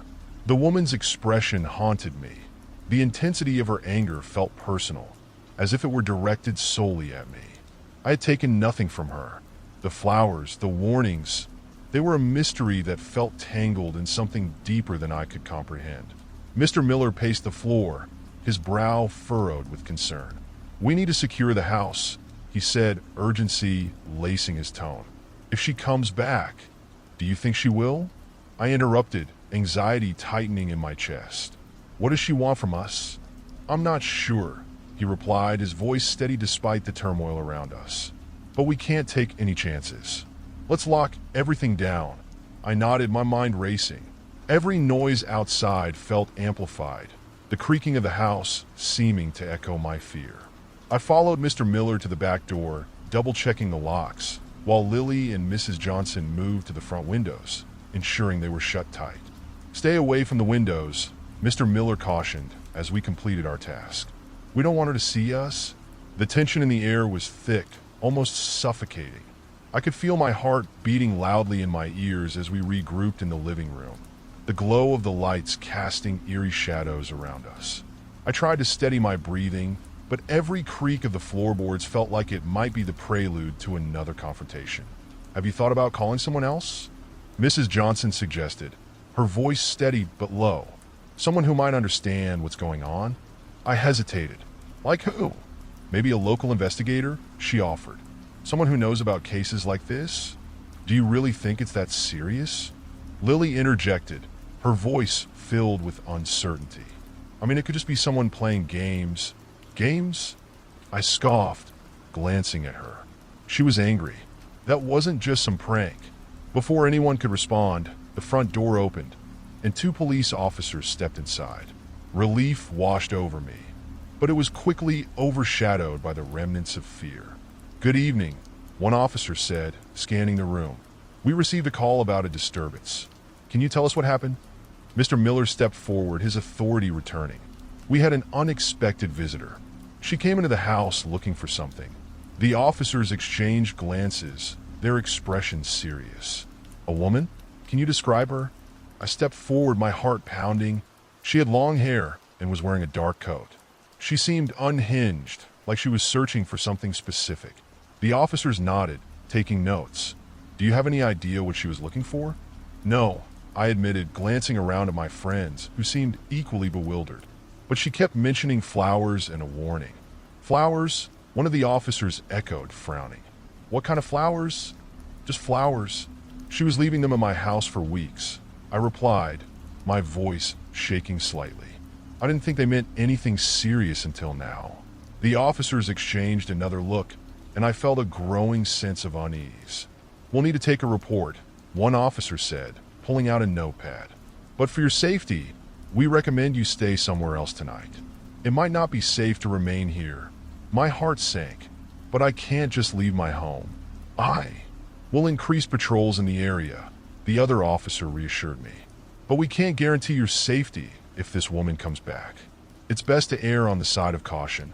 I looked at Lily and Mrs. Johnson, who both seemed equally unsettled. The thought of leaving the house felt like giving in to fear, yet the reality of the situation was undeniable. "What do you think?" I asked, my voice barely above a whisper. "We should probably go," Lily said, her brow furrowed with concern. "If she's out there, I don't want to risk it." After a moment of hesitation, I nodded. "Okay, let's pack a few things. We can stay at my parents' place for the night." The officers stepped back, allowing us to gather our belongings. As I moved through the house, collecting a few essentials, I couldn't shake the feeling that we were being watched, the weight of the woman's gaze still pressing heavily on my mind. Once we had everything, we returned to the living room where the officers were waiting. "We'll follow you to your parents' place," one of them said, "just to make sure you arrive safely." As we stepped outside, the cool night air hit me like a shock. I glanced around, half expecting to see the woman lurking in the shadows. The officers positioned themselves around us, their flashlights cutting through the darkness as we made our way to the car. The drive to my parents' house was tense, the silence stretching uncomfortably. My thoughts raced as I replayed the encounter over and over in my mind. The woman had been desperate, consumed by something that felt both foreign and frightening. When we arrived, the officers parked behind us, ensuring we made it safely inside. "If you need anything, don't hesitate to call," one of them said before driving away, their lights flashing in the distance. As I stepped into my parents' house, a familiar sense of comfort washed over me. Yet the weight of the evening lingered, reminding me of the chilling events that had unfolded. I turned to Lily and Mrs. Johnson, who had followed me inside, still shaken. "Do you think she'll come after us here?" Mrs. Johnson asked, her voice trembling. "I hope not," I replied, my heart heavy. "But we can't let our guard down. We need to stick together." The night wore on, filled with nervous chatter and the occasional jump at every creak and groan of the old house. I found it difficult to relax, my mind racing with thoughts of the woman and the implications of her actions. As I settled into the guest room, I couldn't shake the feeling that the night was far from over. The chilling message she left and the haunting intensity of her gaze lingered, echoing in the recesses of my mind. I was determined to get to the bottom of this. Whatever the connection was, I would uncover it no matter the cost. The early morning sun filtered through the curtains, casting soft beams of light across the room. I woke up with a start, my heart racing. The events of the previous night crashed back into my mind like a tidal wave. I lay there for a moment, listening to the distant sounds of my parents moving around the house. Everything felt eerily normal, a stark contrast to the chaos that had unfolded just hours before. I got out of bed and made my way to the kitchen, hoping that the comforting aroma of coffee would help calm my nerves. My parents were already seated at the table, and my mother looked up with a warm smile. "Good morning, sweetie. You look like you didn't sleep well." I forced a smile, trying to mask the unease I felt inside. "Just a rough night," I replied, pouring myself a cup of coffee. The warmth seeped through the ceramic mug and into my hands, grounding me momentarily. My father glanced at me over the rim of his own cup. "Is everything all right? We heard about the incident last night. You didn't have to leave your home because of that woman, did you?" I hesitated, unsure of how much to reveal. "She was aggressive," I said carefully. "It just didn't feel safe. So, I thought it would be best to come here for a while." My mother reached out and placed a comforting hand on my arm. "You're always welcome here. If it makes you feel safer, then it's the right choice." As I sipped my coffee, I felt the weight of the previous night's events heavy in my chest. I needed to understand what was going on, but how could I do that when I didn't even know where to start? The flowers, the notes, the woman. Everything felt intertwined, like a tangled web waiting to be unraveled. After breakfast, I excused myself, retreating to the quiet of my childhood bedroom. The familiar surroundings felt comforting, yet I couldn't shake the unsettling feeling that had settled over me. I decided I needed to dig deeper into the mystery surrounding the woman and her obsession with me. I pulled out my laptop and began researching.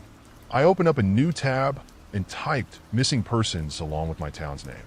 The results flooded in, and my heart sank as I scanned through the articles and posts. Some stories were recent, while others were years old. I began to jot down names and details, trying to find any connections to my current situation. A few hours passed as I immersed myself in the research, and I stumbled upon a case that sent a chill down my spine. It was about a woman named Clara who had gone missing a year ago. The circumstances were eerily similar to what I had experienced. She had been known for leaving flowers at various homes in the neighborhood, accompanied by strange notes. The authorities had been investigating her disappearance, but had no leads. I clicked on the article, feeling the weight of every word. Clara had a troubled past, struggling with mental health issues and a history of obsession. A photo of her accompanied the article, and my breath caught in my throat. The woman who had confronted me the previous night looked strikingly similar to Clara. "What is going on?" I muttered to myself, heart racing at the thought that I might have been dealing with someone who was desperately trying to reach out for help. Or worse, someone who had lost their grip on reality entirely.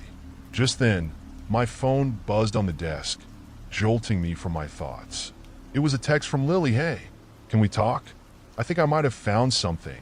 I quickly replied, asking if she could come over. A knot of anticipation formed in my stomach. Whatever she had found might be the key to understanding the chaos that had engulfed us. Within half an hour, Lily arrived, her expression serious as she stepped into my room. "What did you find?" I asked, unable to contain my curiosity. "I spoke to Mrs. Johnson this morning," she began, her eyes darting around the room as if checking for eavesdroppers. "She mentioned that she saw the woman a few times before last night. She said she was always standing outside your house, looking in." "What? Why didn't she tell me earlier?" My heart raced at the thought.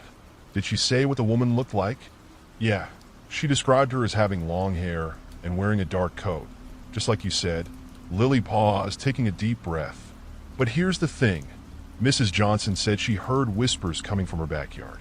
The woman would stand there for hours, murmuring to herself, like she was in a trance or something." My mind reeled. That sounds creepy, but why would she be doing that? Lily shrugged, looking just as perplexed as I felt. "I don't know, but it can't be good." Mrs. Johnson also said she thought she saw the woman with flowers in her hands the last time she spotted her, like she was preparing to leave something. I sat back, the implications weighing heavily on me. Maybe she thinks we're connected somehow. The flowers, the notes, it's all starting to make sense in a really twisted way. "Maybe," Lily replied, her voice trembling slightly. "But we need to figure out what she wants and why she's targeting you specifically. I feel like we're missing a piece of this puzzle." "I think I know what to do," I said, determination bubbling up inside me. "I want to confront her, to understand why she's been following me. But I can't do it alone. I need your help." Lily hesitated but then nodded. "Okay, but we have to be careful. We don't know what she's capable of." As we brainstormed a plan, a sudden realization hit me. Wait, what if we went to her house? Maybe she has more notes or clues that can help us. That could work, but we need to be discreet. If she sees us, I'll be careful, I assured her, feeling a rush of adrenaline. We need to find answers, and I won't be able to rest until we do. With a plan forming in our minds, we gathered our things and prepared to venture into the unknown, determined to uncover the truth behind the chilling messages, the strange woman, and the haunting flowers that had turned my life upside down. The sun hung low in the sky, casting an orange glow that filtered through the trees as Lily and I made our way to the edge of town. Clara's last known address wasn't far from my neighborhood, nestled in a quiet cul-de-sac that seemed both unassuming and foreboding at the same time. A chill crept down my spine as we approached the house, a modest two-story structure that looked eerily ordinary, almost too ordinary given the circumstances. "Are you sure about this?" Lily asked, glancing back at me as we stood in front of the property. The grass was overgrown, and the windows were dusty, as if time itself had forgotten this place. "We could just call the cops." I shook my head, my heart pounding in my chest. We need to know what she wants. If she's connected to those flowers and notes, this could be our only chance to understand. Taking a deep breath, I approached the front door, my pulse racing. The wooden steps creaked under my weight as I reached for the doorknob, hesitant for a moment. I could feel Lily's eyes on me, a silent support that urged me to go on. With a deep breath, I turned the knob and pushed the door open. The hinges squeaked as we stepped inside, revealing a dimly lit foyer. Dust motes danced in the sunlight streaming through the cracked windows. The air felt stale, thick with neglect. The house was eerily quiet, amplifying every sound. The soft scuff of our shoes on the floor, the faint rustle of leaves outside. "Stay close," I whispered to Lily as we moved deeper into the house. The living room was cluttered with mismatched furniture, the cushions worn and faded. A layer of dust covered everything, as if the inhabitants had simply vanished. I glanced around, looking for anything out of the ordinary, a clue that might explain the woman's fixation on me. "Over here," Lily called softly, drawing my attention to a small hallway off to the left. She pointed to a door slightly ajar. "Do you think we should check that out?" I nodded, my heart pounding in my ears. Together, we approached the door, which creaked ominously as we pushed it open. The room beyond was dark, but I could make out the outlines of boxes and old furniture. A musty smell wafted toward us, mixing with the scent of decay. We flicked on the flashlight on my phone, illuminating the space.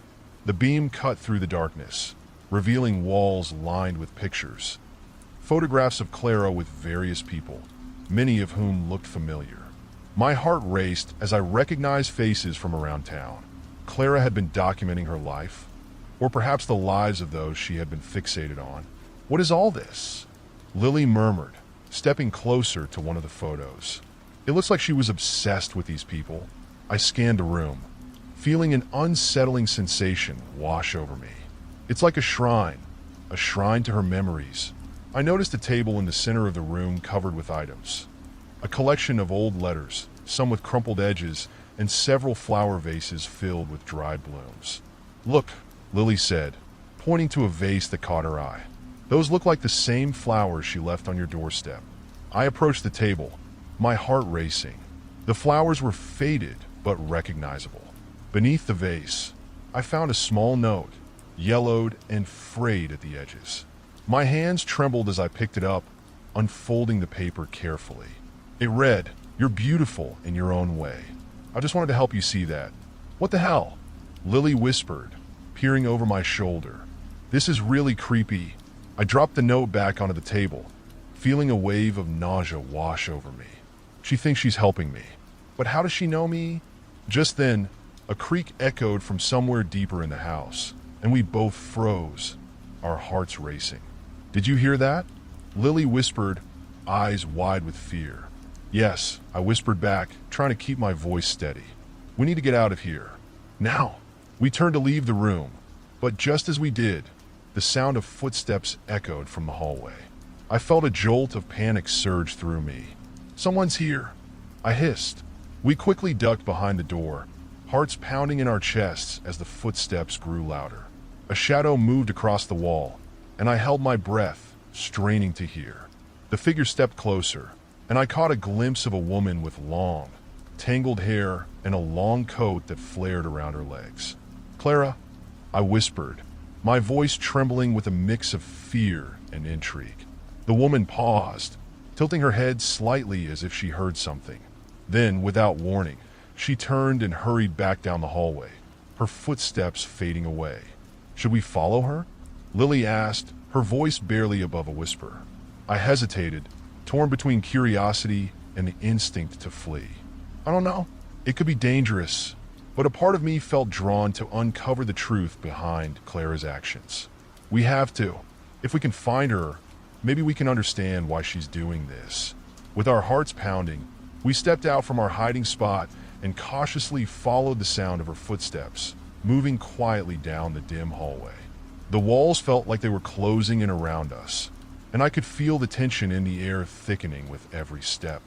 As we neared the end of the hallway, I spotted Clara standing in front of a closed door. She seemed to be talking to herself, her hands gesturing wildly.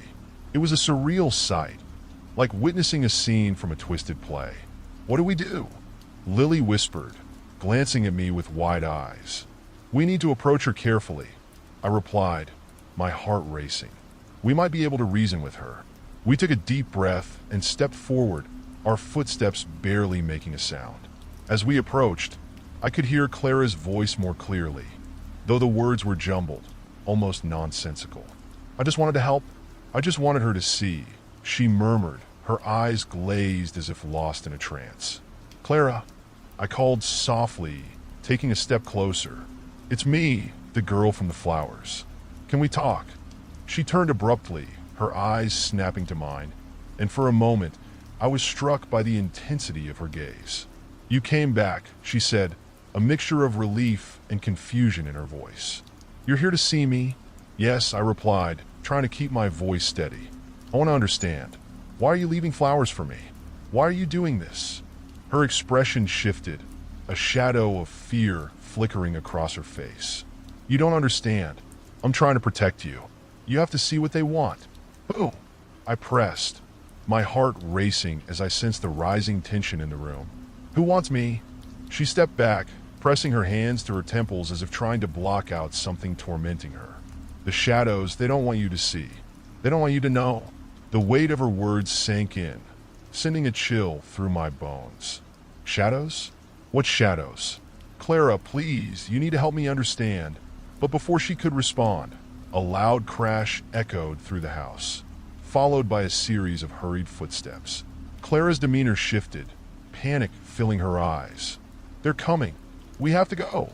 Lily and I exchanged alarmed glances as Clara reached out and grabbed my arm, pulling me toward the back of the house. "Now," she urged, her voice urgent.